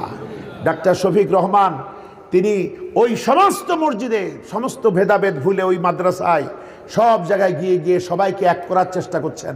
আমরাও চাই যারা এই কালেমাওয়ালা প্রতিটি মানুষ, প্রতিটি মুসলমান কালেমায় বিশ্বাসী, আমরা সব এক দেহ, এক বিল্ডিং, বলেন আলহামদুলিল্লাহ। আমার ভাইরা, কাফেরি ফতোয়া দেয়া বন্ধ করতে হবে, ফাসিকি ফতোয়া দেয়া বন্ধ করতে হবে। যারা কাফের, যারা ফাসিক, ওটা সবাই চেনে, আপনার মুখ থেকে কেউ শুনতে চায় না। নবীজি বলেছেন, যারা কথায় কথায় ইমানদারদেরকে কাফের বলে, ফাসিক বলে, তাদের বিরুদ্ধে নবীজির ফতোয়াটা শোনেন। সহিহ আল বুখারী 5619 নম্বর হাদিস, ইসলামী ফাউন্ডেশন সংস্করণ, ইন্টারনেট সংস্করণ। নবীজি বলেন, কাউকে কাফের বলে ফতোয়া দিও না, কাউকে ফাসিক বলে গালি দিও না। তুমি যাকে কাফের বলছো, তুমি যাকে ফাসিক বলছো, ও যদি ওটা না হয়, তাহলে এই খেতাবটাই পরিণামে তোমার উপরে আরোপিত হবে। তুমি কাফের হয়ে মরবা, তুমি ফাসিক হয়ে মরবা। বন্ধুগণ, নবীজি যদি কিয়ামতে ওদেরকে জিজ্ঞাসা করে, আমি ছিলাম না, আমার মাজলুম উম্মতের জন্য কি খেদমতটা করছো, ওই সমস্ত কাণ্ড জ্ঞানহীন ওই লোকরা, সবাই না, যারা প্রকৃতপক্ষে ওই রকম ওরা বলবে হুজুর কোনো চিন্তা নাই, আপনার মাজলুম উম্মাকে ফতোয়াবাজি করে টুকরা টুকরা করে বাতিলের গ্রাসে পরিণত করে এসেছি। কি কপাল পোড়া বন্ধুগণ, ভালোবাসতে আমরা জানি না। আমরা এই আয়াতগুলো পড়ে কি বুঝি? সূরা আলে ইমরান খুলুন, 159 নম্বর আয়াত। রব্বুল আলামিন নবীজিকে বলেন, ফাবিমা রাহমাতিম মিনাল্লাহি লিনতা লাহুম ওয়ালাউ কুনতা ফাজ্জান গলিজাল কলব লানফাদ্দু মিন হাওলিক। ও নবী, তোমার প্রতি আমার রহমত। সুবহানাল্লাহ। ও নবী, তোমার প্রতি আমার রহমত হচ্ছে এই, আমি তোমার দিলটাকে নরম বানাইছি, ভাষাটাকে সুমধুর করেছি, যার কারণে ওই লোকগুলি দূর থেকে ছুটে এসে তোমার কাছে এসে মিশে বসে। যদি তোমার দিলটা কঠোর হতো, ভাষাটা যদি রূঢ় হতো, ওরা তোমার কাছ থেকে কবেই পালিয়ে যেত। ও নবী, তোমার প্রতি আমার রহমত এইটা। আমার ভাইরা, মহানবী তার দিলের মোহাব্বত এর সিমেন্ট দিলেন। একটা ইট এসে লাগলো আবু বকর, রাসূলুল্লাহ নরম সিমেন্ট দিলেন। এরপরে আরেকটা ইট এলো উমার, আবার সিমেন্ট, আবার উসমান, আলী, এক এক করে আশারায়ে মুবাশশারা। এরপরে সাহাবারা। নবীজি তার মোহাব্বতের সিমেন্ট দিয়ে এই শক্ত শক্ত সাহাবাদেরকে এমনভাবে গেঁথে নিলেন, কিছুক্ষণ পর ওই সিমেন্টটাও শক্ত হয়ে গেল, পুরা বিল্ডিং এত মজবুত হলো। এখন যদি কাফেরের গোষ্ঠী বিল্ডিং ভাঙার জন্য কুড়াল মারে, তাহলে কি ভাঙবে নাকি? ভাঙবে না। আগুনের ফুলকি বার হবে, আগুনের ফুলকিরা এসো জড়ো হই দাবানল জ্বালবার মন্ত্রে। সুবহানাল্লাহ। এত মজবুত হলো, আল্লাহ বলছেন কাআন্নাহু বুনিয়ানুম মারসুস। সূরা সাফের 4 নম্বর আয়াত। সীসা ঢালা প্রাচীরের মতো শক্ত হলো। সুবহানাল্লাহ। বন্ধুগণ, ভালোবাসতে হবে। প্রচন্ড অত্যাচারে জর্জরিত হয়ে সাহাবারা নবীজিকে বলেছিলেন, সহিহ আল মুসলিম 6373 নম্বর হাদিস, নবীজি, এদের অত্যাচারে আর তো সইতে পারি না, আপনি মেহেরবানি করে কুরাইশ কাফেরদের জন্য বদদোয়া করুন। আমরা মক্কা থেকে মদিনায় এলাম, মক্কা তো জ্বালালো, মদিনায় এসেও শান্তি নাই, কি এক মারাত্মক অবস্থা, আপনি ওদের জন্য বদদোয়া করুন। মহানবী তখন বললেন, ও সাহাবারা শুনে নাও, বদদোয়া করার জন্য আমি পৃথিবীতে আসি নাই, আমি এসেছি ওয়ামা আরসালনাকা ইল্লা রাহমাতাল লিল আলামিন। আমি তো রহমতে এসেছি। আমি গালি দেব কিভাবে? বদমেজাজ আমি করব কিভাবে? মসজিদে কথা বলছেন এক বেদুইন বসা, পেশাব চাপছে, কে আর উঠে গিয়ে পেশাব করে? এত সুন্দর মানুষ, সুন্দর কথা, বড্ড ভাল লাগছে। তো মনে করছে যে আবার বাইরে গিয়ে পেশাব করতে গেলে কথাগুলো শুনতে পারবো না, তে কামটা এখানেই সারি, আনলোড করে দিয়েছে। কিছুক্ষণ পরে কি এই বেটা বদ্দু মার। নবীজি বলছেন, সাহাবারা ইয়াসসিরু ওয়ালা তুয়াসসিরু বাশশিরু ওয়ালা তুনাফিরু। সহিহ আল মুসলিম 4375 নম্বর হাদিস। সহজ করো, সহজ করো, কঠিন করো না। সুসংবাদ দাও, মানুষকে ভয় দেখিয়ে ইসলামে বিতৃষ্ণা সৃষ্টি করো না। যাও পানি আনো। পেশাব করলো কে? পানি আনতে বলে কার? সাহাবীরা পানি আনলো, জায়গাটা পরিষ্কার করা হলো, আর তাকে ভদ্রতার সাথে বলে দেয়া হলো, এটা মুসলমানদের পবিত্র জায়গা, যখন এরকম হবে তুমি বাইরে গিয়ে করবা, এখানে করবা না। তো সাহাবীরা তো আর ওকে মারতে পারলো না। ও তখন যখন চলে যাচ্ছে, তখন সে দোয়া করছে, বলছে, হে আল্লাহ, তুমি আমার উপরে রহম করো আর মুহাম্মদের উপরে রহম করো সাল্লাল্লাহু আলাইহি ওয়াসাল্লাম। এই রহমতের বেষ্টনীর ভিতরে এদের একটাকেও রাখো না। চিন্তা করেছেন? কারণ ওরা তো আমারে বেকায়দায় ফেলে দিল, কিন্তু ওই লোকটাই ভালো, তাই বলছে, আল্লাহ তুমি মুহাম্মদ সাল্লাল্লাহু আলাইহি ওয়াসাল্লামের প্রতি রহম করো আর আমার উপরে করো, তোমার রহমতের ছায়া আর একটারও নিও না। নবীজি মুস্কে হেসে বললেন, তুমি একটা বিরাট জিনিসকে এত ছোট করে ফেললে। সুবহানাল্লাহ। কি মানুষ ছিল। হযরতে আনাস কি বলছেন, 10 বছর নবীজির কাছে ছিলাম ছোটবেলা থেকে, 8 বছর বয়সে রাসূলের খেদমতে এসেছিল। আনাসের মা এসে বলল, ইয়া রাসূলুল্লাহ, আনাস আপনার খেদমত করবে। কি করবে? গরম পানি বললে ঠান্ডা পানি আনবে, হ্যাঁ এটা আনতে বলে ওটা আনবে, খেলতে চলে যাবে। হযরতে আনাস রাসূলের ইন্তেকালের পর কি বিস্ময়কর বর্ণনা দিচ্ছেন। নবী আমাকে এক জায়গায় পাঠাইলো, আমি খেলা দেখতে লাগলাম। নবীজি আমাকে খুঁজতে খুঁজতে ভিড়ের ভিতরে এসে হাতটা ধরে নিয়ে বললেন, কেন যাই নাই? তাই বলছে, আমি 10 বছর নবীর কাছে ছিলাম, একটি বারের জন্য আমাকে এতটুকু ধমক দেন নাই, আনাস এটা কেন করলি আর এটা কেন করিসনি, এটা তিনি বলেন নাই। সুবহানাল্লাহ। আর আমরা কাজের ছেলেমেয়ের পরে কি অত্যাচার করি আমরাও মুসলমান। বন্ধুগণ, তাই বলছিলাম নবীজিকে ভালোবাসতে হবে ভালোবাসার মতো। আরেকটি বিষয় কি? আনুগত্য। আচ্ছা দেখুন, শুধু ভালোবেসে, ওই যে একটা টাকা দেখালাম, একদিকে সিল আরেকদিকে নাই, জাল টাকা, শুধু ভালোবাসা, আপনি রসুলকে মানেন না, আনুগত্য করেন না, এই ইমানের কোনো দাম নাই। রাসূল যে নবী এটা আবু তালিব জানত এবং তাকে তিনি সব রকমের সহযোগিতা করেছেন। আজকে আবু বকর মৃত্যু শয্যায়। সহিহ আল মুসলিম 47 নম্বর হাদিস, এরপরে 475 নম্বর হাদিস, এবার সহিহ আল বুখারী 3603 থেকে 3606 নম্বর হাদিস, সবগুলো এক জায়গায় করে বলি। আবু তালিব মৃত্যু শয্যায়। তা আবু তালিব তো 2 দলেরই লিডার, কুরাইশদেরও নেতা আবার রসুলুল্লাহরও অভিভাবক। তো মৃত্যু শয্যায় যখন ওরাও এসছে, নবীও এসছে, শেষ বিদায়।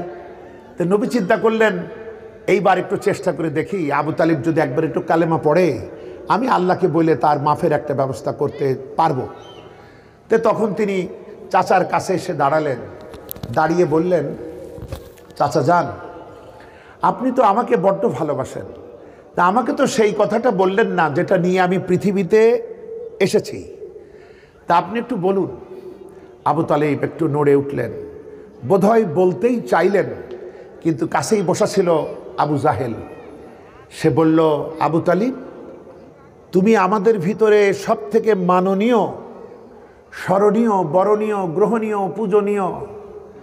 তুমি ওই ছেলেটার কথা মতো শেষে ওই কথা কয়ে শেষে কি বেঈমান হয়ে মরবা নাকি? তুমি তো আমাদের দিনে, তুমি ওর দিনে ঢুকবে কেন? অবশেষে আবু তালেব, মানে আবু জেহেল বলতেই থাকলো।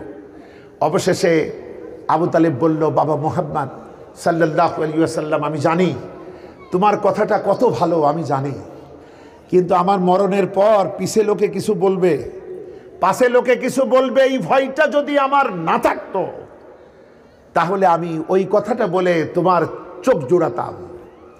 শেষ আবু তালিব। রসুলের আরেক চাচা হযরত আব্বাস রাদিয়াল্লাহু তাআলা আনহু বললেন, আবু তালিব মনে হয় তোমার ওই কথাটা বলেছে। নবীজি বললেন, আমি শুনি নাই। হযরত আব্বাস নবীকে জিজ্ঞাসা করলেন, আবু তালিব তোমার জন্য এত কিছু করলো, তুমি তার কোন উপকারে লাগলে? মহানবী বলেছেন, আমি যদি না হতাম তাহলে আবু তালিবকে জাহান্নামের সব থেকে নিচে থাকা লাগতো, আমার কারণে আল্লাহ তাকে প্রমোশন দিবেন আযাবের হালকা স্তরে। হালকা স্তরটা কেমন? আবু তালেবের 2 পায়ে আগুনের 2টা জুতা পরিয়ে দেওয়া হবে, এটার উত্তাপে মাথার মগজগুলি বলকাতে থাকবে, টকবক করে ফুটতে থাকবে, নাউযুবিল্লাহ। বন্ধুগণ, আবু তালিব এত ভালোবেসে কোথায় গেল?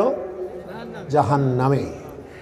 আপনি যদি চিন্তা করে দেখবেন, আবু তালিবের সমান ভালোবাসাও আমরা আজ নবীজিকে বাসতে পারি নাই।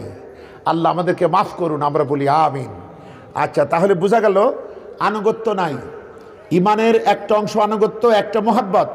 আনুগত্য ছিল না। রসুলের এই শরিয়ার অনুসারী কি আবু তালেব ছিল? আচ্ছা, ছিল না, যে জন্য আবু তালেব কোথায় যাবে? জাহান্নামে। আচ্ছা, এবার কিছু চালাক লোকেরা বলতে পারে যে আবু তালেব তো কালেমাই পড়ে নাই, আমরা তো কালেমা পড়ি, আমরা কালেমা পড়ি, আমরা কিসের জন্যে আবার এত কিছু করা লাগবে? তিনি রহমতের নবী, তিনি তো আমাদের মাফি করে দেবেন, আমরা তো এরকম ধান্দাই থাকি।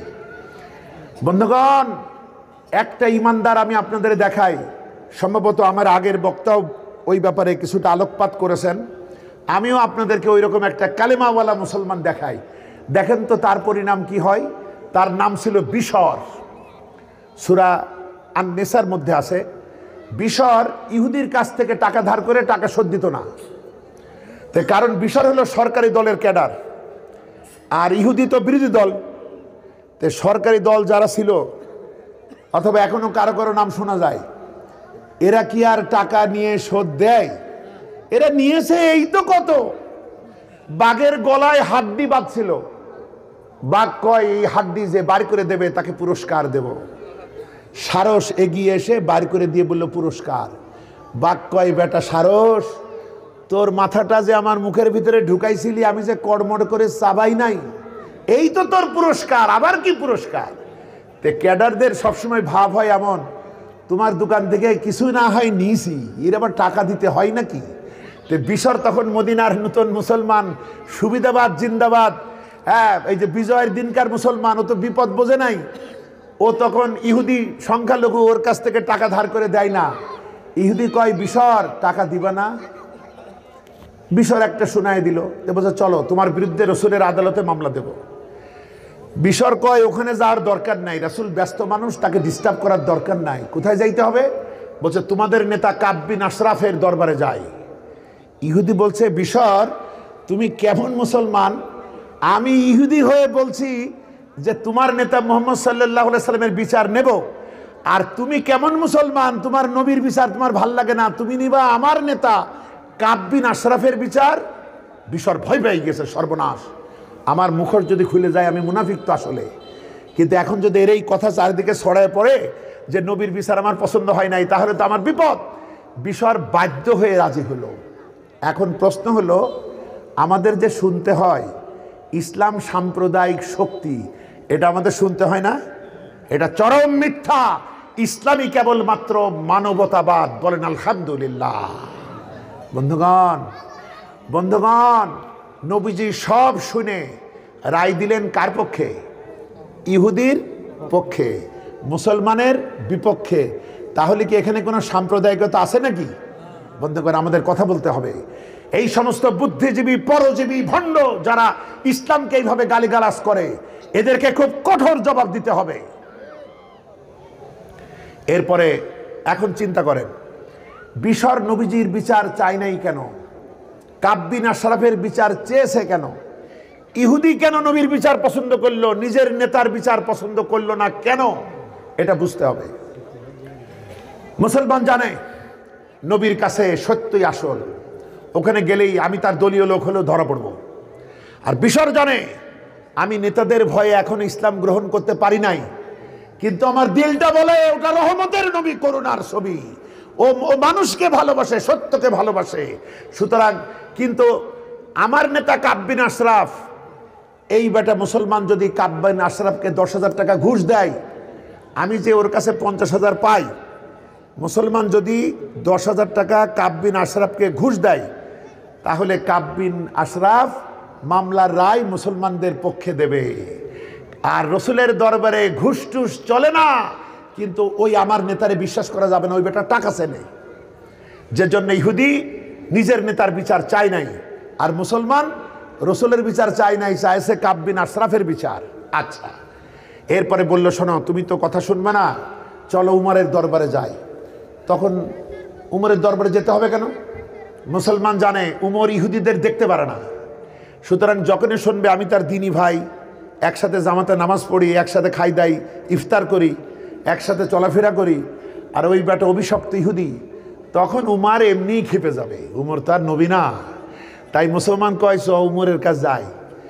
ইহুদি চিন্তা করলো উমর তো রসুল্লাহর সাথেই থাকে, যেমন কায়া তেমন ছায়া, নিশ্চয়ই উমরও তো ভালো, সে তো রসুলের শিক্ষায় শিক্ষিত। তো ঠিক আছে, চলো, তুমি যখন শুনবাই না, চল তাহলে চলো উমরের দরবারে। উমর সব শুনে বলছে, ইহুদি মুসলমান যা বলে তা কি ঠিক? ইহুদি বলছে জি ঠিক। আচ্ছা, ও প্রথম বিচার কে করেছে? মুসলমান বলছে রাসূলুল্লাহ। কিন্তু আপনি চিন্তা করেন, আমি আপনাদের সাথে থাকি, একই দলের লোক, আর রায়টা আমার পক্ষে হইল না। বলছ রসুলের বিচার ভালো লাগে নাই, আমার কাছে আসছো? দাঁড়াও দাঁড়াও দাঁড়াও। ঘরের ভিতর থেকে লম্বা একটা তরবারি বের করে এনে বলছে, শোনো হে আল্লাহর বান্দা, যে দাবি করে আমি মুসলিম, এরপরে রাসূলের ফয়সালা যার পছন্দ হয় না, আমি তার ফয়সালাটা এইভাবে করে দেই। আল্লাহু আকবার। এক আঘাতে মুসলমানের কল্লা রাস্তায় ফুটবলের মতো গড়াতে গড়াতে যায়। সারা মদিনাতে টেনশন, উমর এ কেমন কাজটা করলো। নবীজি নিজেও ভাবতে লাগলেন, আহারে, কারণ মুসলমানের আত্মীয় স্বজন রসুলের আদালতে মামলা দায়ের করলো, রক্তের ক্ষতিপূরণ মামলা। ওহী নাজিল হলো সূরাতুন নিসা 65 নম্বর আয়াত, ফালা ওয়া রাব্বিকা লা ইউমিনুনা হাত্তা ইউহাক্কিমুকা ফীমা শাজারা বাইনাহুম সুম্মা লা ইয়াজিদু ফী আনফুসিহিম হারাজাম মিম্মা কাদাইতা ওয়া ইউসাল্লিমু তাসলিমা। ও নবী, তোমার রবের কসম, আল্লাহ বলছেন না আমার কসম, বলছে তোমার রবের কসম। একটু ঘুরায়, মানে রসুলের মর্যাদা বাড়াচ্ছেন, যে ওটা তো যেমন তেমন রাসূল না, আমি তার রব, তার রায় মানে আমার রায়, তার ফয়সালা আমার ফয়সালা। ও নবী, তোমার রবের কসম, ওরা কখনো ইমানদার হতে পারে না যে তুমি যারা পারস্পরিক মতবিরোধে তোমাকে বিচারপতি না মানে। এটা 1 নম্বর। 2 নম্বর, তুমি যে ফয়সালা করো এটা মানতে যারা দ্বিধা দ্বন্দ্বে ভোগে। 3 নম্বর, মনের সন্তুষ্টি সহকারে মানে না। ও নবী, তোমার রবের কসম, ওরা ইমানদার না। উমরের বিচারে আল্লাহ খুশি, উমর মুক্তি পেয়ে গেল। বলেন আলহামদুলিল্লাহ। এই মুসলমান কোথায় যাবে? জাহান্নামে। কোথায় যাবে? এটা কলেমাওয়ালা। আর আমরাও কালেমাওয়ালা। আমরা তো 1-2 কলেমা পড়ি না, কেউ মরলে আমরা 10,000 20,000 কালেমা পড়ি। কিন্তু বন্ধুগণ, সাহাবীদের কালেমার সাথে আমাদের কালেমার পার্থক্য কি জানেন? আমরা যত হাজার বারই পড়ি, কালেমা পড়ার আগেও যা, পরেও তা। কলেমা পড়ার আগেও হালখাতা ছাড়া টাকা শোধ দেই না, কলেমা পড়ার পরেও টাকা শোধ দেই না, কোনো পার্থক্য নাই। বন্ধুগণ, তাহলে এই কালেমা কেমনে আমার কাজে আসবে? আচ্ছা, তাহলে দেখুন, 2টি সিল থাকতেই হবে, একটা মোহাব্বত আর একটা আনুগত্য। এবার দেখুন আরেকটি দৃশ্য, নবীজি বসা। নবীজি বসে আছেন, এমন সময় এক সাহাবা টেনশন চেহারা নিয়ে নবীজির পাশে এসে দাঁড়ালেন। নবীজি বলছেন, সাহাবা মন খারাপ কেন? সাহাবী বলতেছে, ইয়া রাসূলুল্লাহ, আজকে কদিন হলো একটা চিন্তা আমারে ভিতরে ভিতরে শেষ করে ফেলছে। কি সেটা? বলছে, দুনিয়াতে যত ব্যস্তই থাকি না কেন, যখনই আপনার কথা মনে হয় তখনই ছুটে আসি, আপনার ওই চেহারাটা দেখবার পর মনটা শান্ত হয়। কিন্তু আজকে কদিন হলো যে একটা চিন্তা আমাকে ভিতরে ভিতরে শেষ করে ফেলছে। সেটা হলো কিয়ামতের দিন আপনি আল্লাহর সবথেকে সর্বোত্তম নবী রাসূল, আল্লাহর হাবিব, আল্লাহ কত না জানি শ্রেষ্ঠতম জান্নাতে আপনাকে জায়গা দিবেন। আমরা সাধারণ মানুষ, আল্লাহ যদি দয়া করে একটা কোনো বেহেশত দেন, তবে সেই জান্নাত তো একটা সাধারণ জান্নাত হবে। এই দুনিয়াতে আপনার কথা মনে হলেই ছুটে এসে আপনাকে পাই, মনটা জোড়াই, কিন্তু যেই জান্নাতে আপনি থাকবেন ওখানে তো আমরা যাইতে পারবো না। সাধারণ এক জান্নাতে পড়ে রইব। আপনার কথা যখন মনে হবে, আপনাকে যখন দেখতে পাবো না, তখন ওই জান্নাতের কোনো মজা তো আমার কলিজায় থাকবে না। এই চিন্তা আমাকে শেষ করে ফেলছে। নবীজি চুপ করে আছেন। নবীজি চুপ করে আছেন কেন? এই প্রশ্নের জবাব দিচ্ছেন না তিনি। নবীজি চুপ করে আছেন কারণ নবীজি মা ইয়ান্তিকু আনিল হাওয়া, নবীজি নিজের থেকে কিচ্ছু বলে না। সূরা নাজম 2 এবং 3 নম্বর আয়াত। আমি যেটা বলতে বলি সেটাই উনি বলেন। নবীজি এই জবাবটা আল্লাহর কাছ থেকে নিতে চাচ্ছেন, চুপ করে আছেন। সাহাবী নবীর সামনে কি দেখাচ্ছে?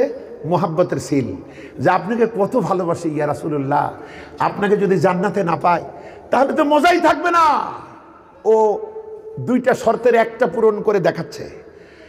আমার ভাইরা, ওহী নাজিল হলো সূরাতুন নিসার 69 নম্বর আয়াত, ওয়া মান ইউতিইল্লাহা ওয়ার রাসূল ফাউলাইকা মাআল্লাযীনা আন'আমাল্লাহু আলাইহিম মিনান নাবিয়্যিনা ওয়াস-সিদ্দিকিনা ওয়াশ-শুহাদা'i ওয়াস-সালিহিন ওয়া হাসুনা উলাইকা রফিকা। সুবহানাল্লাহ। নবীজি ওরে শোনাও। কি শোনাও? ও তো মোহব্বতের কথা বলে ফেলেছে। এবার আল্লাহ বলছেন আনুগত্যের কথা। নবীরে শোনান, যারা আল্লাহ এবং তার রাসূলের আনুগত্য করবে তারা আলাদা জান্নাতে থাকবে না, নবীদের সাথেই থাকবে। আল্লাহু আকবার। তারা নবীদের সাথে হবে, সিদ্দিকিনদের সাথে হবে, শহীদদের সাথে হবে, নেককারদের সাথে হবে। ওয়া হাসুনা উলাইকা রফিকা। কতই না উত্তম সেই বন্ধুত্ব, কতই না উত্তম সেই সাথিত্ব। সুবহানাল্লাহ। বন্ধুগণ, কতই না মানে কি? কতই না মানে কি? আমাদের পিতা আদম, আমাদের ওনারা সব নবীরা সম্মানিত আপনজন। আচ্ছা, বাপের সাথে তো সব প্রশ্ন করা যায় না, কিন্তু বাপ যদি বন্ধু হয় তখন প্রশ্ন করা যাবে না? জান্নাতে দেখেন আপনার সাথী হবে, আপনি কাদের সাথে থাকবেন? ভালোবাসার সাথে আনুগত্য। এবার আপনার মুদ্রা কমপ্লিট, এবার জান্নাতের ভিসা পেলেন, এবার আদমের বন্ধু হবেন। বলেন আলহামদুলিল্লাহ। এবার যে কথা এতদিন ওয়াজে শুনেছেন যে আদম ওই গাছের ফল খাইলো, এই করলো, আমরাও পৃথিবীতে আসলাম, সেদিন বাপের কাছে বসে বলা যাবে বন্ধু হয়ে যে বাবা আদম এত সুখে ছিলেন, যৌবনের শুরুতে মাটাকে পেলেন, আল্লাহ তাকে নিজ হাতে বানালেন, যা খুশি তাই করতে পারতেন, যা খুশি তাই দেখতে পারতেন, যা খুশি তাই খাইতে পারতেন। এত সুখে থেকে ভূতে কিলটা দিল কিভাবে? এ প্রশ্ন করা যাবে না? বন্ধু, ফ্রেন্ডরা সব কথা কইতে পারে না। হযরতে মুসার বন্ধু হয়ে মুসাকে প্রশ্ন করা যাবে যে হে কালিমুল্লাহ মুসা আলাইহিস সালাম, হাতের লাঠি ফেলতেই যেই সাপ হয়ে ফোঁস করলো, তখন কলজেটা কেঁপে উঠছিল না? পিছনে ফেরাউনি সৈন্য, সামনে দরিয়া, কি ভয়াবহ পরিস্থিতি। এ সময় কেমন মনে হচ্ছিল? বন্ধু হয়ে প্রশ্ন করা যাবে জাতির জনক হযরত ইব্রাহিম আলাইহিস সালামকে। নমরুদ যখন একাকী, গোটা দেশবাসী একমত, বাপটা পর্যন্ত একমত, পরীক্ষা কত ভয়াবহ চিন্তা করুন, সবাই মিলে তাকে আগুনে ফেলছে। আব্বুজান তখন কেমন মনে হচ্ছিল? অবশেষে প্রেমের পরীক্ষায় যখন কলিজার টুকরার গলায় ছুরি চালাতে বলা হলো, তখন কেমন মনে হচ্ছিল? এই সমস্ত কথাগুলি, প্রাগৈতিহাসিক কথাগুলি কাছে থেকে পাশে বসে বন্ধু হয়ে প্রশ্ন করা যাবে। তাই আল্লাহ বলেন ওয়াহাসুনা উলাইকা রফিকা। কতই না উত্তম সেই বন্ধুত্ব। বলেন সুবহানাল্লাহ। তো বন্ধুগণ, এটা হবে কিভাবে? আল্লাহর রাসূলের প্রতি আমাদের মোহাব্বত হতে হবে খাঁটি, সবার থেকে বেশি, নিজের থেকেও বেশি। আর কি হতে হবে? আনুগত্য হবে পরিপূর্ণ। বলেন আলহামদুলিল্লাহ। তাহলে এই ঈমান দ্বারা সুপারিশ লাভ হবে, নতুবা গুড়ে বালি। আমার কথা কি আপনারা বুঝতে পেরেছেন? এখন তিনি যে বিধান এনেছেন, এই বিধানটা আমরা বিশ্বাস করি, আমরা মানি। কেমনে মানি? আমরা শুধু তেলাওয়াত করি। এইটা তেলাওয়াতের জন্য পাঠানো হয়েছে? এটা জীবন্ত কোরআন, কারণ এর সাথে একটা মডেল পাঠানো হয়েছে। শুধু এইটা পাঠানো হয়নি যে বাড়ি রাখো তেলাওয়াত করো, সাথে একটা মডেল দেয়া হয়েছে। এই কোরআনে দুটি আয়াতে একই পরিভাষা। একটি হলো সূরাতুল হিজরের 87 নম্বর আয়াত, আর একটা হলো সূরাতুল কালামের 4 নম্বর আয়াত। সূরাতুল কালামে রাসূলের চরিত্রের সার্টিফিকেট, ইন্নাকা লাআলা খুলুকিন আযীম। আর এখানে কোরআনের বর্ণনা, ওয়ালাকাদ আতাইনাকা সাবআম মিনাল মাসানি ওয়াল কুরআনাল আযীম।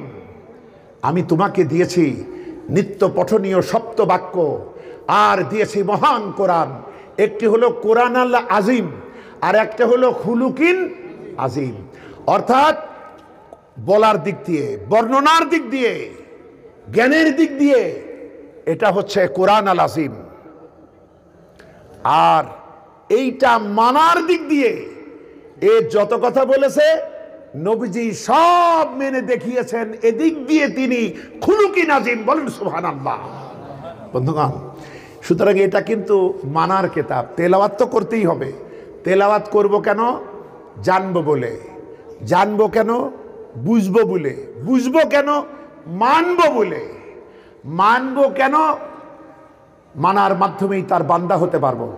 বান্দা কেন হব? তার সন্তুষ্টি অর্জনে, যাতে সেই সন্তুষ্টি নিয়ে আমরা জান্নাতে যেতে পারি। আমরা বলি আলহামদুলিল্লাহ। বন্ধুগণ, সুতরাং আজকে যেমন বিভিন্ন অফিস আদালতে সরকারের পক্ষ থেকে বিধিবিধান আসে, একটা চিঠি আসে, হেডমাস্টার অথবা কর্মকর্তা বা ইউনো বা ডিসি তারা বোঝে এটা মানতেই হবে, এলোমেলো করা যাবে না, নিজেরাও মানে জনগণকে মানায়। এটাও মদিনার জীবনে বিধান হিসাবে এসছে। প্রতিটি বিধান শক্তিবান, এগুলো বাস্তবায়ন করা হয়েছে। আজকে আমরা তেলাওয়াত করছি আর মনে করছি আমরা স্বাধীন। আরও একটি বিপ্লবের প্রস্তুতি নিতে হবে, ঠিক কিনা বলেন বন্ধুগণ? সুতরাং আমাদের তৈরি হতে হবে সর্বত্র, প্রত্যেকে হবে আমরা মুবাল্লিগ, আমরা প্রত্যেকে হবে মুবাল্লিগ, কোরআনের মডেল, রসুলের সুন্নার মডেল। সবাইকে ভালোবেসে ঝগড়া ঝাঁটি সব বাদ, সমস্ত কিছু বাদ দিয়ে আমরা একাকার হয়ে এক দেহ এক প্রাণ নিয়ে এই কাজের জন্য ঝাঁপিয়ে পড়ব। আল্লাহ আমাদেরকে তৌফিক দান করুন, আমরা বলি আমিন, আল্লাহুম্মা আমিন। রব্বানা যালামনা আনফুসানা ওয়া ইল্লাম তাগফির লানা ওয়া তারহামনা লানাকুনান্না মিনাল খাসিরিন। রব্বানা আতিনা ফিদ দুনিয়া হাসানা ওয়া ফিল আখিরাতি হাসানা ওয়া কিনা আযাবান নার। রব্বিরহামহুমা কামা রব্বায়ানি সগীরা। রব্বিরহামহুমা কামা রব্বায়ানি সগীরা। রব্বানা হাব লানা মিন আজওয়াজিনা ওয়া যুররিয়াতিনা কুররাতা আয়ুনিন ওয়াজআলনা লিল মুত্তাকিনা ইমামা। রব্বি জিদনি ইলমা, রব্বি জিদনি ইলমা। রব্বুল আলামিন, গভীর রাত হয়ে গিয়েছে আল্লাহ, তোমার দ্বীনের আলোচনা আমরা বলেছি এবং শুনেছি। আল্লাহ রাব্বুল আলামিন মেহেরবানি করে আমাদের এই মাহফিলকে কবুল করে নাও। আমাদের এই আলোচনার সওয়াবটুকুন হুজুরে পূর্ণুর সাল্লাল্লাহু আলাইহি ওয়াসাল্লামের রূহ মুবারকের হাদিয়া হিসাবে দিয়ে দাও। রাব্বুল আলামিন, রহমতের নবীর সাথে আমাদের জীবনের কানেকশন তুমি তৈরি করে দাও। রাব্বুল আলামিন, আমাদের যা করণীয় কর্তব্য তা যেন করতে পারি, নিজের জীবনের চাইতে রাসূলকে, তার আদর্শকে ভালোবাসতে পারি, মেনে চলতে পারি পরিপূর্ণভাবে, সেই পরিবেশ যেন আমরা তৈরি করে নিতে পারি, তৌফিক দাও। রাব্বুল আলামিন, যারা দেশ চালায় তাদের দিলে তুমি তাকওয়া দাও, ঈমান দাও, সহি আমল করার তৌফিক দাও। বৃহত্তম ইসলামী আন্দোলনকে অভিভাবকের সঠিক ভূমিকা পালনের তৌফিক দাও। বৃহত্তম ইসলাম আন্দোলন বাংলাদেশ জামাত ইসলামের নেতৃত্বকে এদেশের সমস্ত ইসলামপন্থীরা বুকে যেন টেনে নেয়, ইসলামের কাছে জামাতের ছায়াতলে যেন তারা যায়, এ তৌফিকটুকু দান করে দাও। হাবিজাবি বস্তা পচা মতবাদ এবং মতপার্থক্যকে দূরে ফেলে দিয়ে তারা যেন ইসলামী আন্দোলনকে কবুল করে নেয়। এত রাহাজানি হানাহানি সারা পৃথিবী জানলো আমরা মুসলমানেরা কিভাবে নিজেদেরকে জবাই করি। ইস্তেমার ময়দানে আজকে গ্রুপিং করে কি করতেছে এরা, রাব্বুল আলামিন এদের দিলে তোমার ভয় তুমি জাগ্রত করে দাও। রাব্বুল আলামিন, সবাই তো খারাপ হয় না, যারা ভালো এদের মধ্যে তাদেরকে আরো যোগ্যতার সাথে নেতৃত্ব দেওয়ার তৌফিকটুকু দান করে দাও। রাব্বুল আলামিন, আমাদের নেতা ডাক্তার শফিকুর রহমান, তার জানমাল ইজ্জতকে তোমার কুদরতি পর্দা দিয়ে রক্ষা করো। উনি তোমার পক্ষ থেকে এই দেশবাসীর জন্য তোমার দান, আল্লাহ তুমি তার প্রতি রহম করো। ইউটিউবে আমরা কতজনের বক্তব্য শুনি, রাব্বুল আলামিন, যে মানুষটির বক্তব্য সব থেকে বেশি প্রভাব সৃষ্টি করে এমন মানুষ আমাদের মাঝে একজন চলে গেছেন, তিনি আল্লামা সাঈদী। তাকে তুমি জান্নাতের সর্বোচ্চতম মাকামে অধিষ্ঠিত করো। আর যার বক্তৃতা সংক্ষিপ্ত, সহজবোধ্য, অথচ মর্মস্পর্শী, যে কোনো মানুষের চোখে পানি এনে দেয়, তিনি ডাক্তার শফিকুর রহমান। আল্লাহ আমাদের এই সম্মানিত ভাইয়ের প্রতি রহম করো, তার নেতৃত্বকে গোটা জাতিকে কবুল করার তৌফিক দাও। আল্লাহ, আমরা প্রতিনিয়ত কোরআন এবং সুন্নাহ যেন জানি, বুঝি, আমল করি, তৌফিক দাও। আল্লাহ, তুমি আমাদেরকে, আমাদের আমলকে সহি করে দাও, আমাদের বুঝটাকে সহি করে দাও, আমাদের ভুল ত্রুটি মাফ করে দাও। রাব্বুল আলামিন, এ মাহফিলের সভাপতির দায়িত্ব যিনি পালন করছেন, তিনি আমাকে জানিয়েছেন তিনি অসুস্থ। আল্লাহ, তার আপনজনদের প্রতি রহম করো, তাকে সুস্থতা দান করো। যে ব্যক্তি হাসপাতালে আইসিইউতে রয়েছে তার প্রতি দয়া করো। রাব্বুল আলামিন, মাহফুজ ভাই আমাকে জানালেন 2 ভাই দোয়া চেয়েছে, তারাও আইসিইউতে আছে। রব্বুল আলামিন ওরা এখন মৃত্যুর সন্ধিক্ষণে তোমার ফয়সালার অপেক্ষায়। আল্লাহ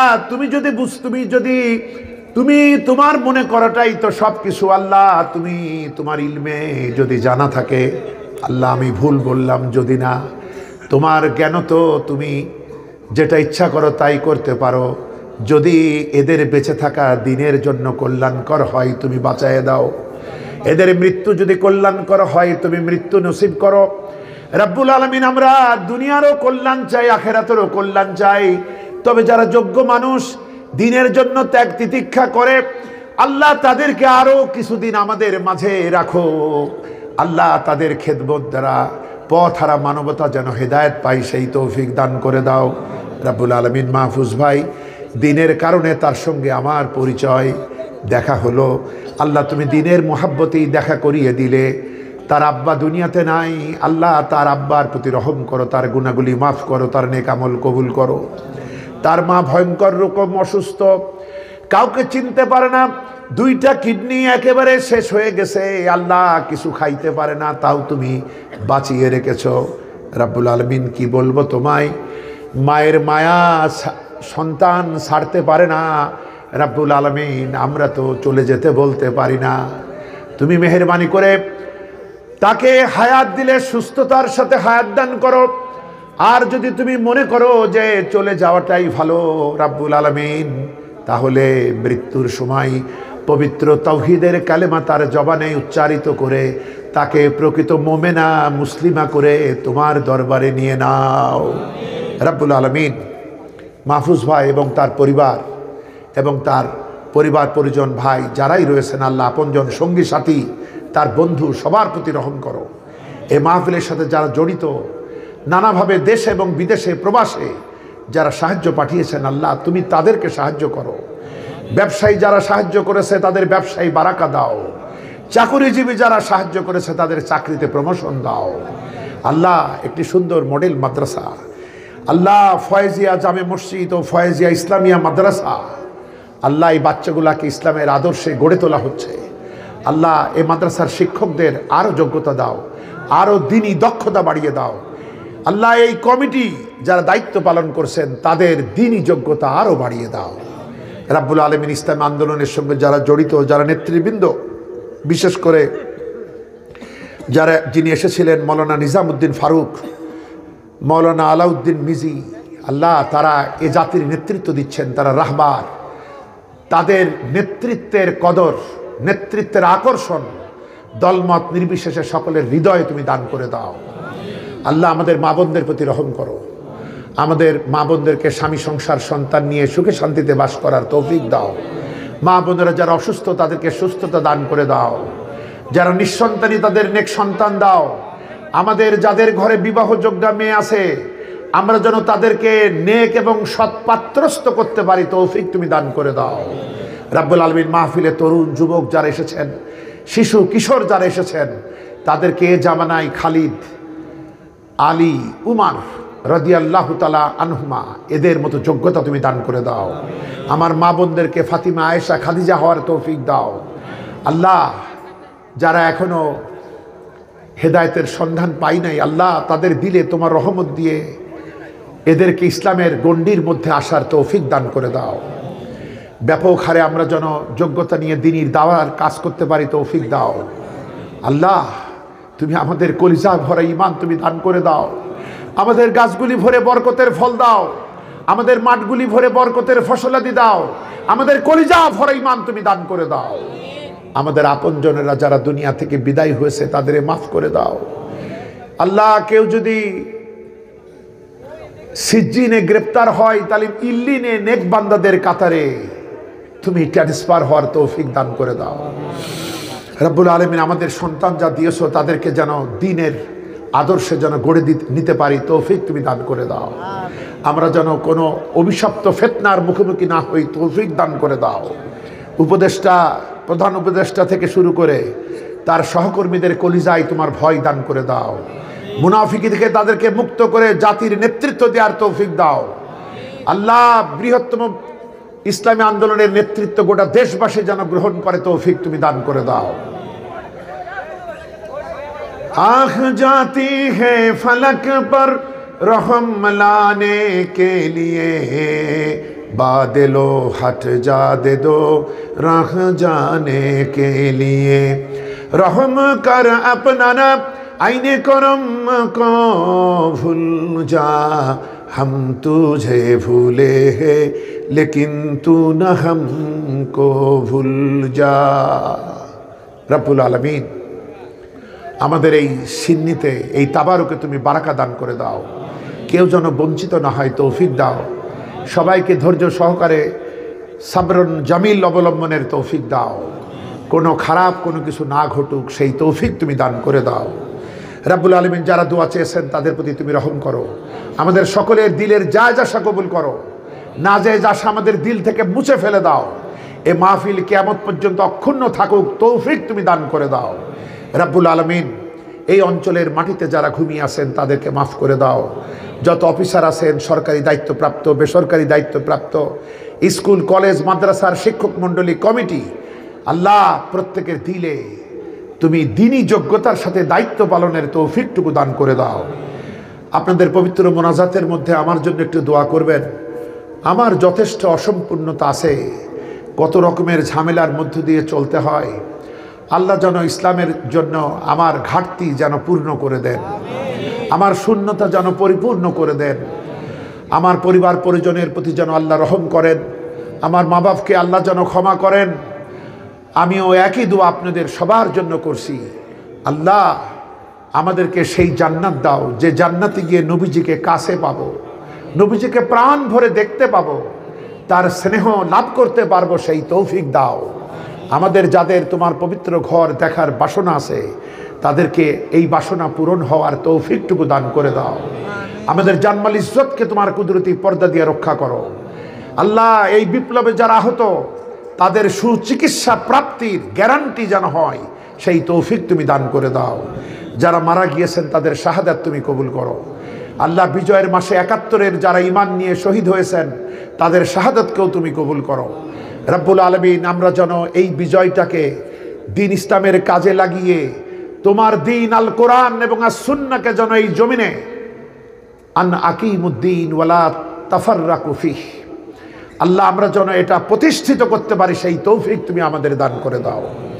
আল্লাহ যারা সুন্দর মাইক দিলেন, আলো দিলেন, প্যান্ডেল সাজালেন তাদের ব্যবসায়ী বারাকা দাও। রব্বুল আলামিন তুমি আমার মুরব্বী ভাইদেরকে, বয়স্ক ভাই বোনদেরকে মাফ করে দাও, বার্ধক্যের কষ্ট দূর করে দাও। পরিবারে যারা আছে তারা যেন তার বৃদ্ধ পিতা মাতা দাদা দাদি নানা নানি সবার যেন ঠিকমতো হক আদায় করতে পারে তৌফিক দাও। রব্বুল আলামিন যা আমাদের জন্য কল্যাণ তাই দাও, যা কল্যাণ তা থেকে আমাদের বাঁচাও। ফিতনা ফাসাদের জামানা, আমরা যেন ভুল পথে পা না বাড়াই সেই তৌফিক দাও। আমি আলোচনা করতে গিয়ে যা ভুল করেছি আল্লাহ তুমি মেহেরবানি করে মাফ করে দাও এবং শ্রোতাদের স্মৃতি থেকে মুছে দাও। আর সহি শুদ্ধভাবে যা বলতে পেরেছি আল্লাহ সেটার উপরে আমাদের মনে রেখে আমল করার তৌফিক দাও। রব্বানা তাকাব্বাল মিন্না ইন্নাকা আনতাস সামিউল আলিম ওয়া তুব আলাইনা ইন্নাকা আনতাত তাওয়াবুর রাহিম।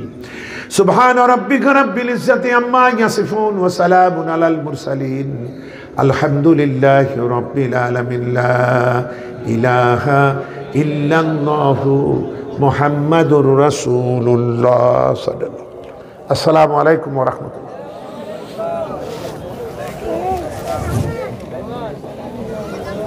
সম্মানিত